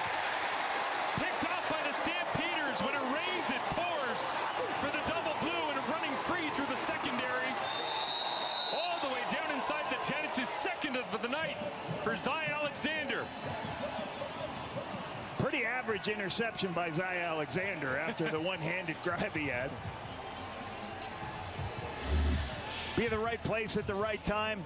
As Kelly climbs the pocket, he's trying to throw over the top of the linebacker. You can see he throws it a little bit high, but it ends up behind Mattel. His eyes in the right spot. Good return here for his second interception of the night. Stampeders 4 for 4 inside the score zone as Alexander, rightfully so, celebrates a multiple interception ball game here at home in the Stampede Bowl. And now Vernon Adams Jr. looks to punctuate another drive. Bobbles the snap, has to try and get away. Pressure on, shovels it left-handed, and that's number 6. Magic from VA.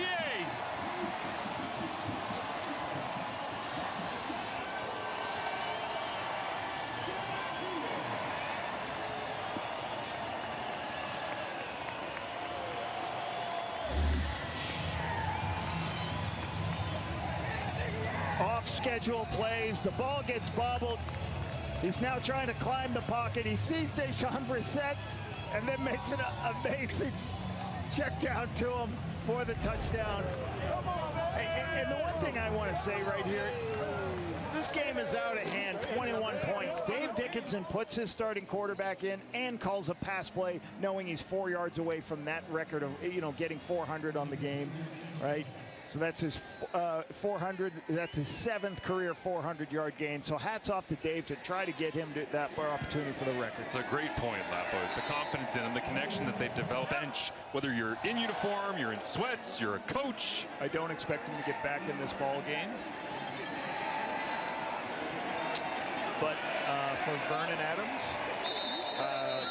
not only did he have 7 touchdowns tonight, he continues his streak. He has not thrown an interception for the season. And that was something that people used to say, you know what, Vernon makes these awesome plays all the time, but sometimes he'd make a terrible decision, or you'd be like, why did he throw the ball there?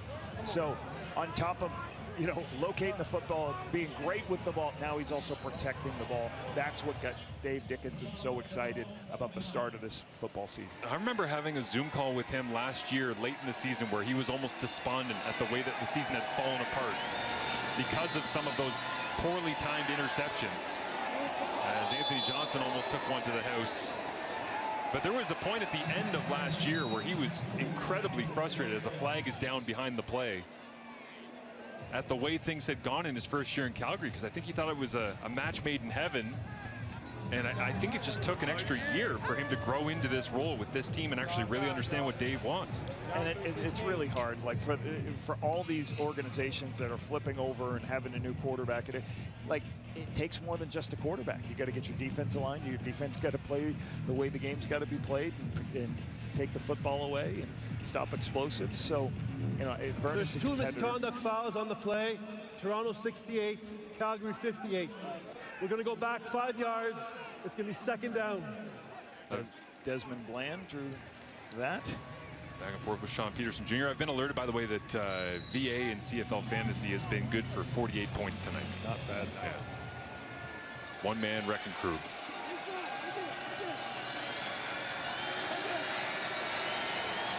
And the Argos have still scored 30-plus like every game this year as Clarence Hicks gives chase. And finally, Hicks, after taking a couple of late shots, gets a clean one on Chad Kelly. I think this is going to be intentional grounding. Yeah. Behind the line of scrimmage. It looked like intentional grounding, unless they're going to say it's intentional a late hit. Grounding. Yeah. Toronto number 12. It's a loss of down. It's going to be 3rd down.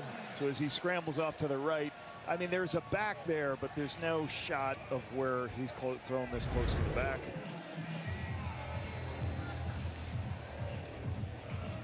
So hats off to the pass rush of the Calgary Stampeders tonight. It's just been phenomenal. Early in the game, they made the adjustments. They were losing contain, giving Chad opportunities to throw the ball downfield. Second half, been spectacular. And feeding off the energy from the offense clearly here at home, as well as the huge Argo bounce. Will drive McAllister all the way back inside his 20 before he loses an edge and takes a seat. Down from the hammer, it will be the Blue Bombers looking to get things back on track. Vernon Adams Jr. is still in the football game as Dietrich Mills gets the carry. And Country Roads rings out around McMahon Stadium in the Stampede Bowl, decisively going the way of the red and white. Big John Denver fans here in Calgary. Great crowd tonight, enjoying Stampede. A lot of cowboy hats we saw. Surprise Vernon still in here with a 28-point lead. Well, our stats man Dave Moyer just let me know the CFL record is Joe Zuger with 8. But trying to get the franchise record with 7 maybe is fades it to the outside, and this one bounces off the hands incomplete of Jalen Philpott. And Dave Dickinson fired up asking for a penalty. That's 7 yards.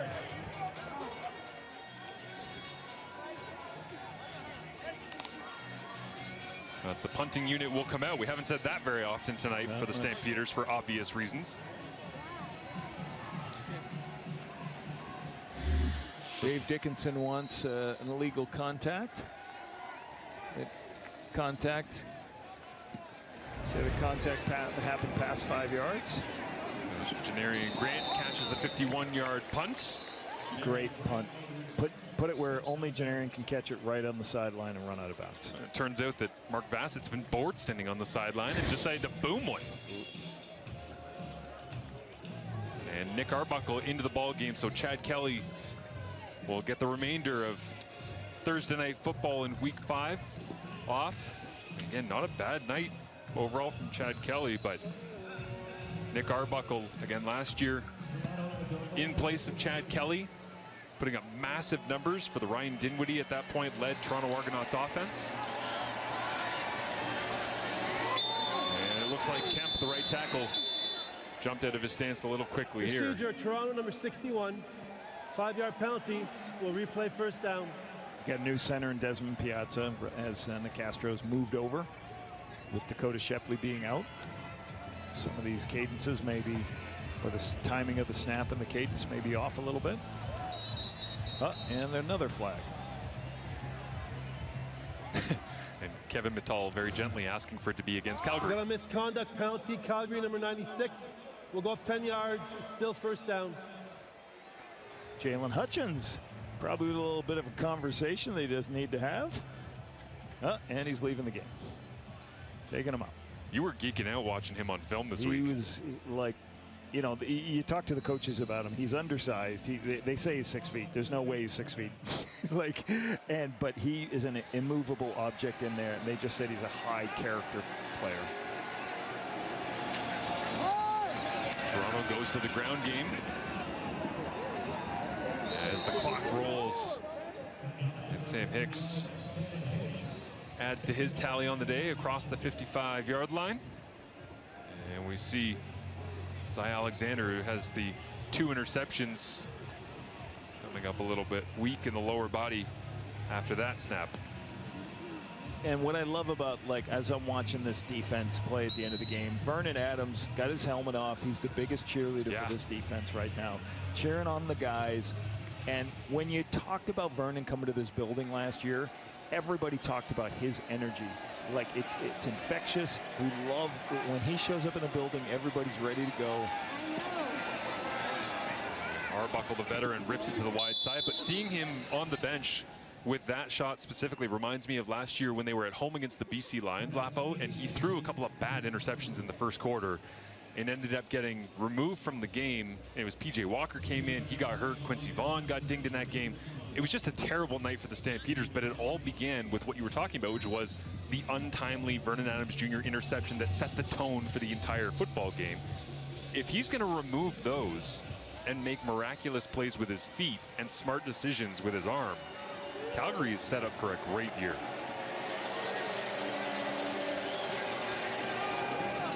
As Unger makes another grab.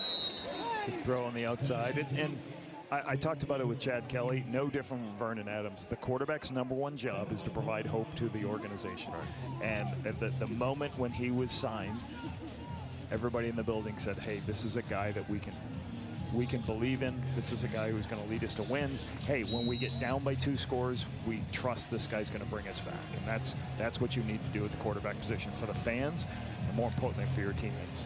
And Arbuckle trying to give a little bit of positive momentum for the Argonauts going forward here as well. As flags fly in this play, never happened. Come on, bit, bro. Nick going on a hard... Offside, Toronto number 10. 5-yard penalty. It's still first down. So these are some of the mental errors. Nick went on a hard count, which means he went on 2. So he enunciated the first one, and on the second one, the receivers didn't know it was on 2, or they just didn't get their waggle timed up right. Penalties you take. Josh Love, the backup quarterback, warming on the sidelines for the Calgary Stampeders. So it's good to hear. Yeah, fully expect that Vernon has been shut down for the remainder of the night, rightfully so. They gave him the chance to come in and make some history, but he will tie the franchise record. It looks like with those 6 touchdown passes. As big hit on Arbuckle coming from in behind that time. Never saw it coming. And it throws off Nick's pitch. As we've hit, they were following Ronaldo around everywhere on the training pitch, Centennial Park, and all the rest in Toronto. Is Arbuckle. Nice rip this time, right to the first down marker.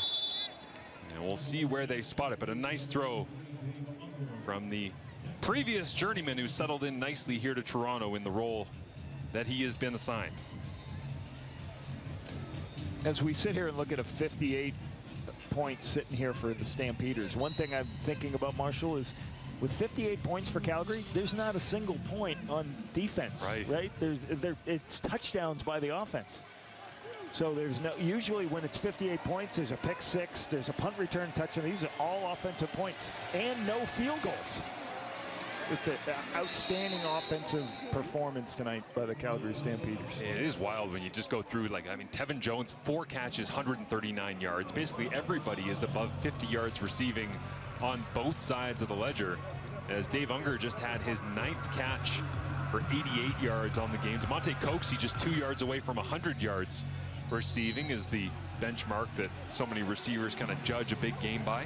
Dedrick Mills again, 66 yards. So 2 games in a row, it's not close to his numbers, but they still get the win and put up a lot of points. So they're proving they don't just have to run the football. Arbuckle on 2nd and 7. Underneath.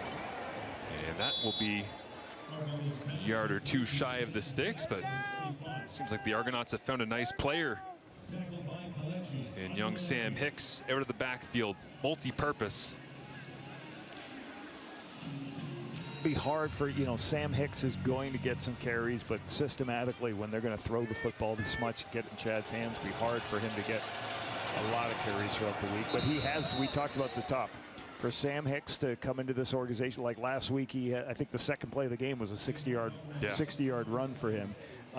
Last year, they were the worst in the Canadian Football League, barely 50 yards rushing per game, but they're already up to averaging almost 95 yards rushing a game. So Sam Hicks has, they've got the ability when they want to run the football. Maybe tonight was a little different with Desmond Piazza and Peter Castro in different spots, but I think they can get a little bit more physical when they get Dakota Shepley back and keep making Sam Hicks part of the process.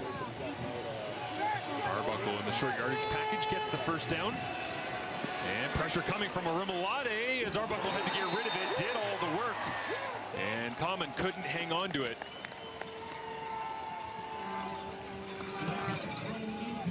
Benny Sapp getting a nice knock on the ball. After 1 week, get in there. And Falarn Arimolade off the edge, talking to us this week about just the load that it takes to actually play all the way deep into a game. Well, here he is late in the 4th quarter and still firing off the football, which you got to think is positive momentum for the way his season will trend as well. Talk to him about being the only player from the Ivy League left in the Canadian Football League, a Dartmouth grad. He has plenty of support from the guys that he played with in university. As Arbuckle down the field into the end zone, wonderfully placed football. And a great catch by DeMonte Coxey. It won't mean anything in terms of wins and losses, but what a connection that was, and one we saw plenty in 2025. Positive momentum, something they could hang their hat on on the journey home, and the missed extra point won't help with that, but certainly DeMonte Coxie giving hope to the fact that the Argonauts can hang a bunch of points on anybody. They just got to find a way to stop someone. 94 points right now for this game. Great location. Great hand-eye coordination, concentration. Look at that. Pull it right back in. Secure the ball inside the elbows. It's great high point, great play.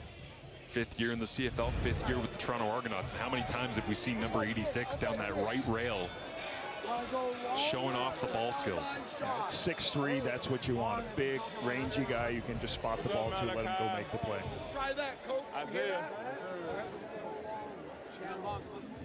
Still love going down to the sidelines pregame to watch the CFL guys, because sometimes it's like, yeah, I've seen DeMonte Coxie like dozens of times. It's not a big deal. I'm usually in the booth up here, and you go down and you see him at the field, you go, you're a monster. Way bigger than you're huge. Yeah. It's like 6'3" with those massive arms, long reach, lanky legs. It's like, okay, I get it now when I see catches like that. Kevin Mattel's another one. You're right. Like, that's a big, thick, physical guy. I was thinking about that in Ottawa, Montreal Sunday night with Daniel Adeboboye. Just go, man, that is a incredibly built athlete. And there's so many of them in the CFL. You just got to see them live to understand how special these guys are.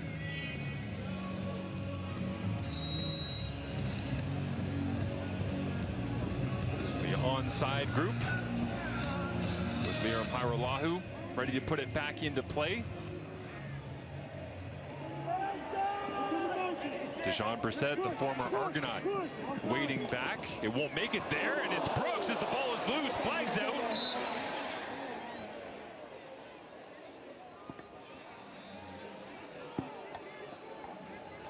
It hung up in the air, nicely placed by Liram Hajrullahu, and Mickey Donovan, special teams coordinator,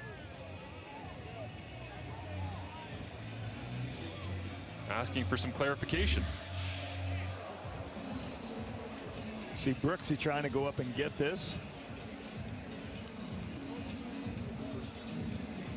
Let's see what this call is going to be. And did Mattal just catch him up high as he came swinging through looking for the football?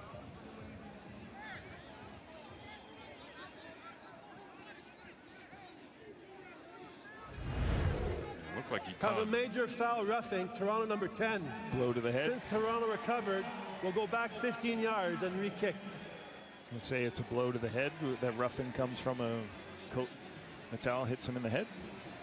15th penalty against the Toronto Argonauts for 134 yards in the football game. Both coaches focused on minimizing some of the unnecessary penalties. That one obviously tough for Kevin Mattal. He's going for the football. How about Eric Brooks? That's pretty good ups for a 5'7" receiver going up and getting that ball. Then he gets hit in the head. Right. Pays the price for it. Yeah, crazy penalty number right there. 15 for 134.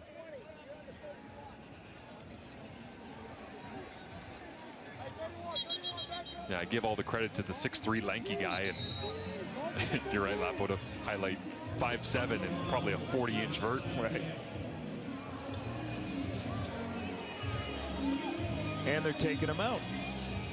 Put Tevin Jones in at 6'3". I wonder if injury spotter might have factored into that one. Say, hey, we don't need you. We can get somebody else to do that.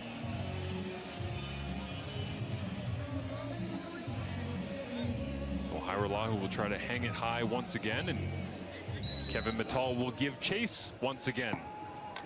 Hoping to create a 50-50 situation. This time, he skulls it, and it bounces off. The Stampeders rolling around, and they blew it dead. Still out. But it was still out and loose. They say now Calgary has recovered. Yeah, signaling. Or no, they're saying Toronto football. Yeah, at the bottom of the pile. So after all of that, the ball was still loose, but I guess after that whistle, they clarified that it was Toronto possession. Ball kept. Yeah, you always want to, you're always telling your officials, hold the whistle as long as you can.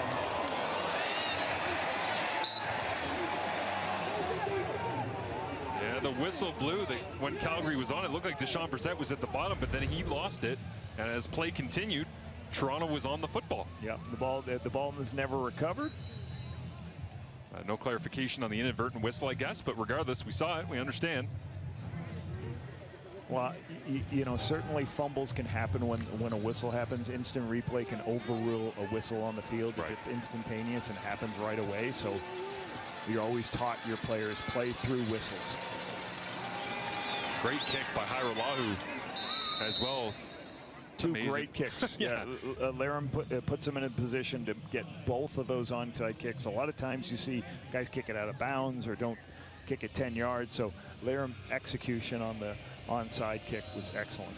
And a lot of times you think, oh, you just pop it in the air and it has to go the perfect. No, there's like 17 approaches for guys like Laram that they can, as flags fly along this play dead. But once again, pre-snap. But good reps. Procedure, everybody except the center. We'll go back 5 yards. Still second down. It's interesting right there, calling everybody out but the center, or calling the center out. But Desmond Piazza, right? Well, unfortunately, I guess he doesn't know the cadence because everybody else did. Yeah, Domenico Piazza was... Hey, was this really on one? Oh, I'm sorry, guys. But these are great reps for Desmond Piazza, you know, the first-year player to get some reps in the game. McGill products. A lot of people believe he's got a high ceiling. His nice outside juke that time away from the would-be tacklers, DeMonte Coxie. Yeah, he was drafted by the Elks and then released by them in June. Went back to school last year. Micah Tights giving chase at the end of that play on DeMonte Coxie, who bumps his total even higher in the ball game, up now to 6 catches for 127. And stunningly, Calgary only has 2 more first downs in this football game than Toronto, in large part due to the fourth quarter numbers. And they'll add to their net yardage as well. Well, the Argonauts with Arbuckle and great open field moves by Sam Hicks. Spectacular run by Sam Hicks. Nick Arbuckle doing great things, checking it down, seeing the picture inside. Then he goes, all right, I got the check down. Get in Sam Hicks' hands, let him make some people miss. Stay back on the field, keep going to the next play.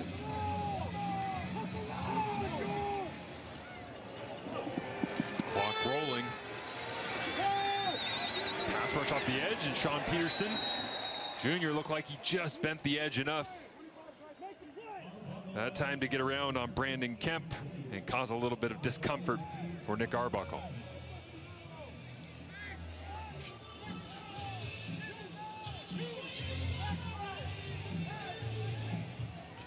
And the Calgary Stampeders will get their back-to-back wished-for victories here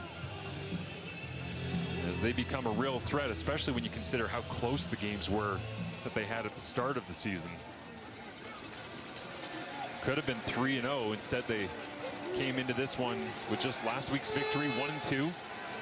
Balanced the sheet at 2-2 now as Arbuckle, nice sleight of hand, slid that one out of the right palm and completes again to Coxie, whose numbers are going to be just huge by the end of this one because of garbage time.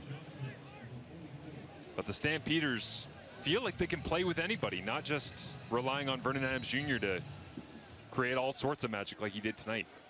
Well, and when you talked about the West, you thought about, like, you know, every team's got the abilities. You know, we did see the struggles of the BC Lions to start the season, and now you start to see everybody starting to say, all right, like, we can all finish first in the league. We're in this point, so, you know, Dave Dickinson just said, hey, we like our team. We had some close losses. We've gone over to Winnipeg a couple of years ago and won by a field goal and lost by a field goal. Some of those close battles against a really good team are going to happen. We have a good football team. Arbuckle once again to Coxie. Turns the corner and gets wrapped up just inside the 20.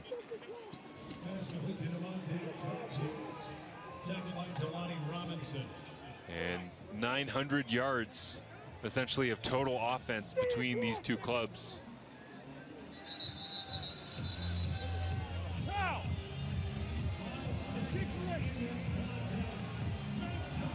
And Could we cross the dollar bill? Toronto's got 466 yards in net offense as we speak right now. Calgary's got 496. But 466 and sitting here trailing by this amount just goes to show how out of their mind the Calgary offense was tonight in the Stampede Bowl. Arbuckle tries to tag another one on at the end. Rips it to Coxie, and it's knocked out of bounds, incomplete. As photographer takes a pop on the sideline there, and thankfully up onto his feet.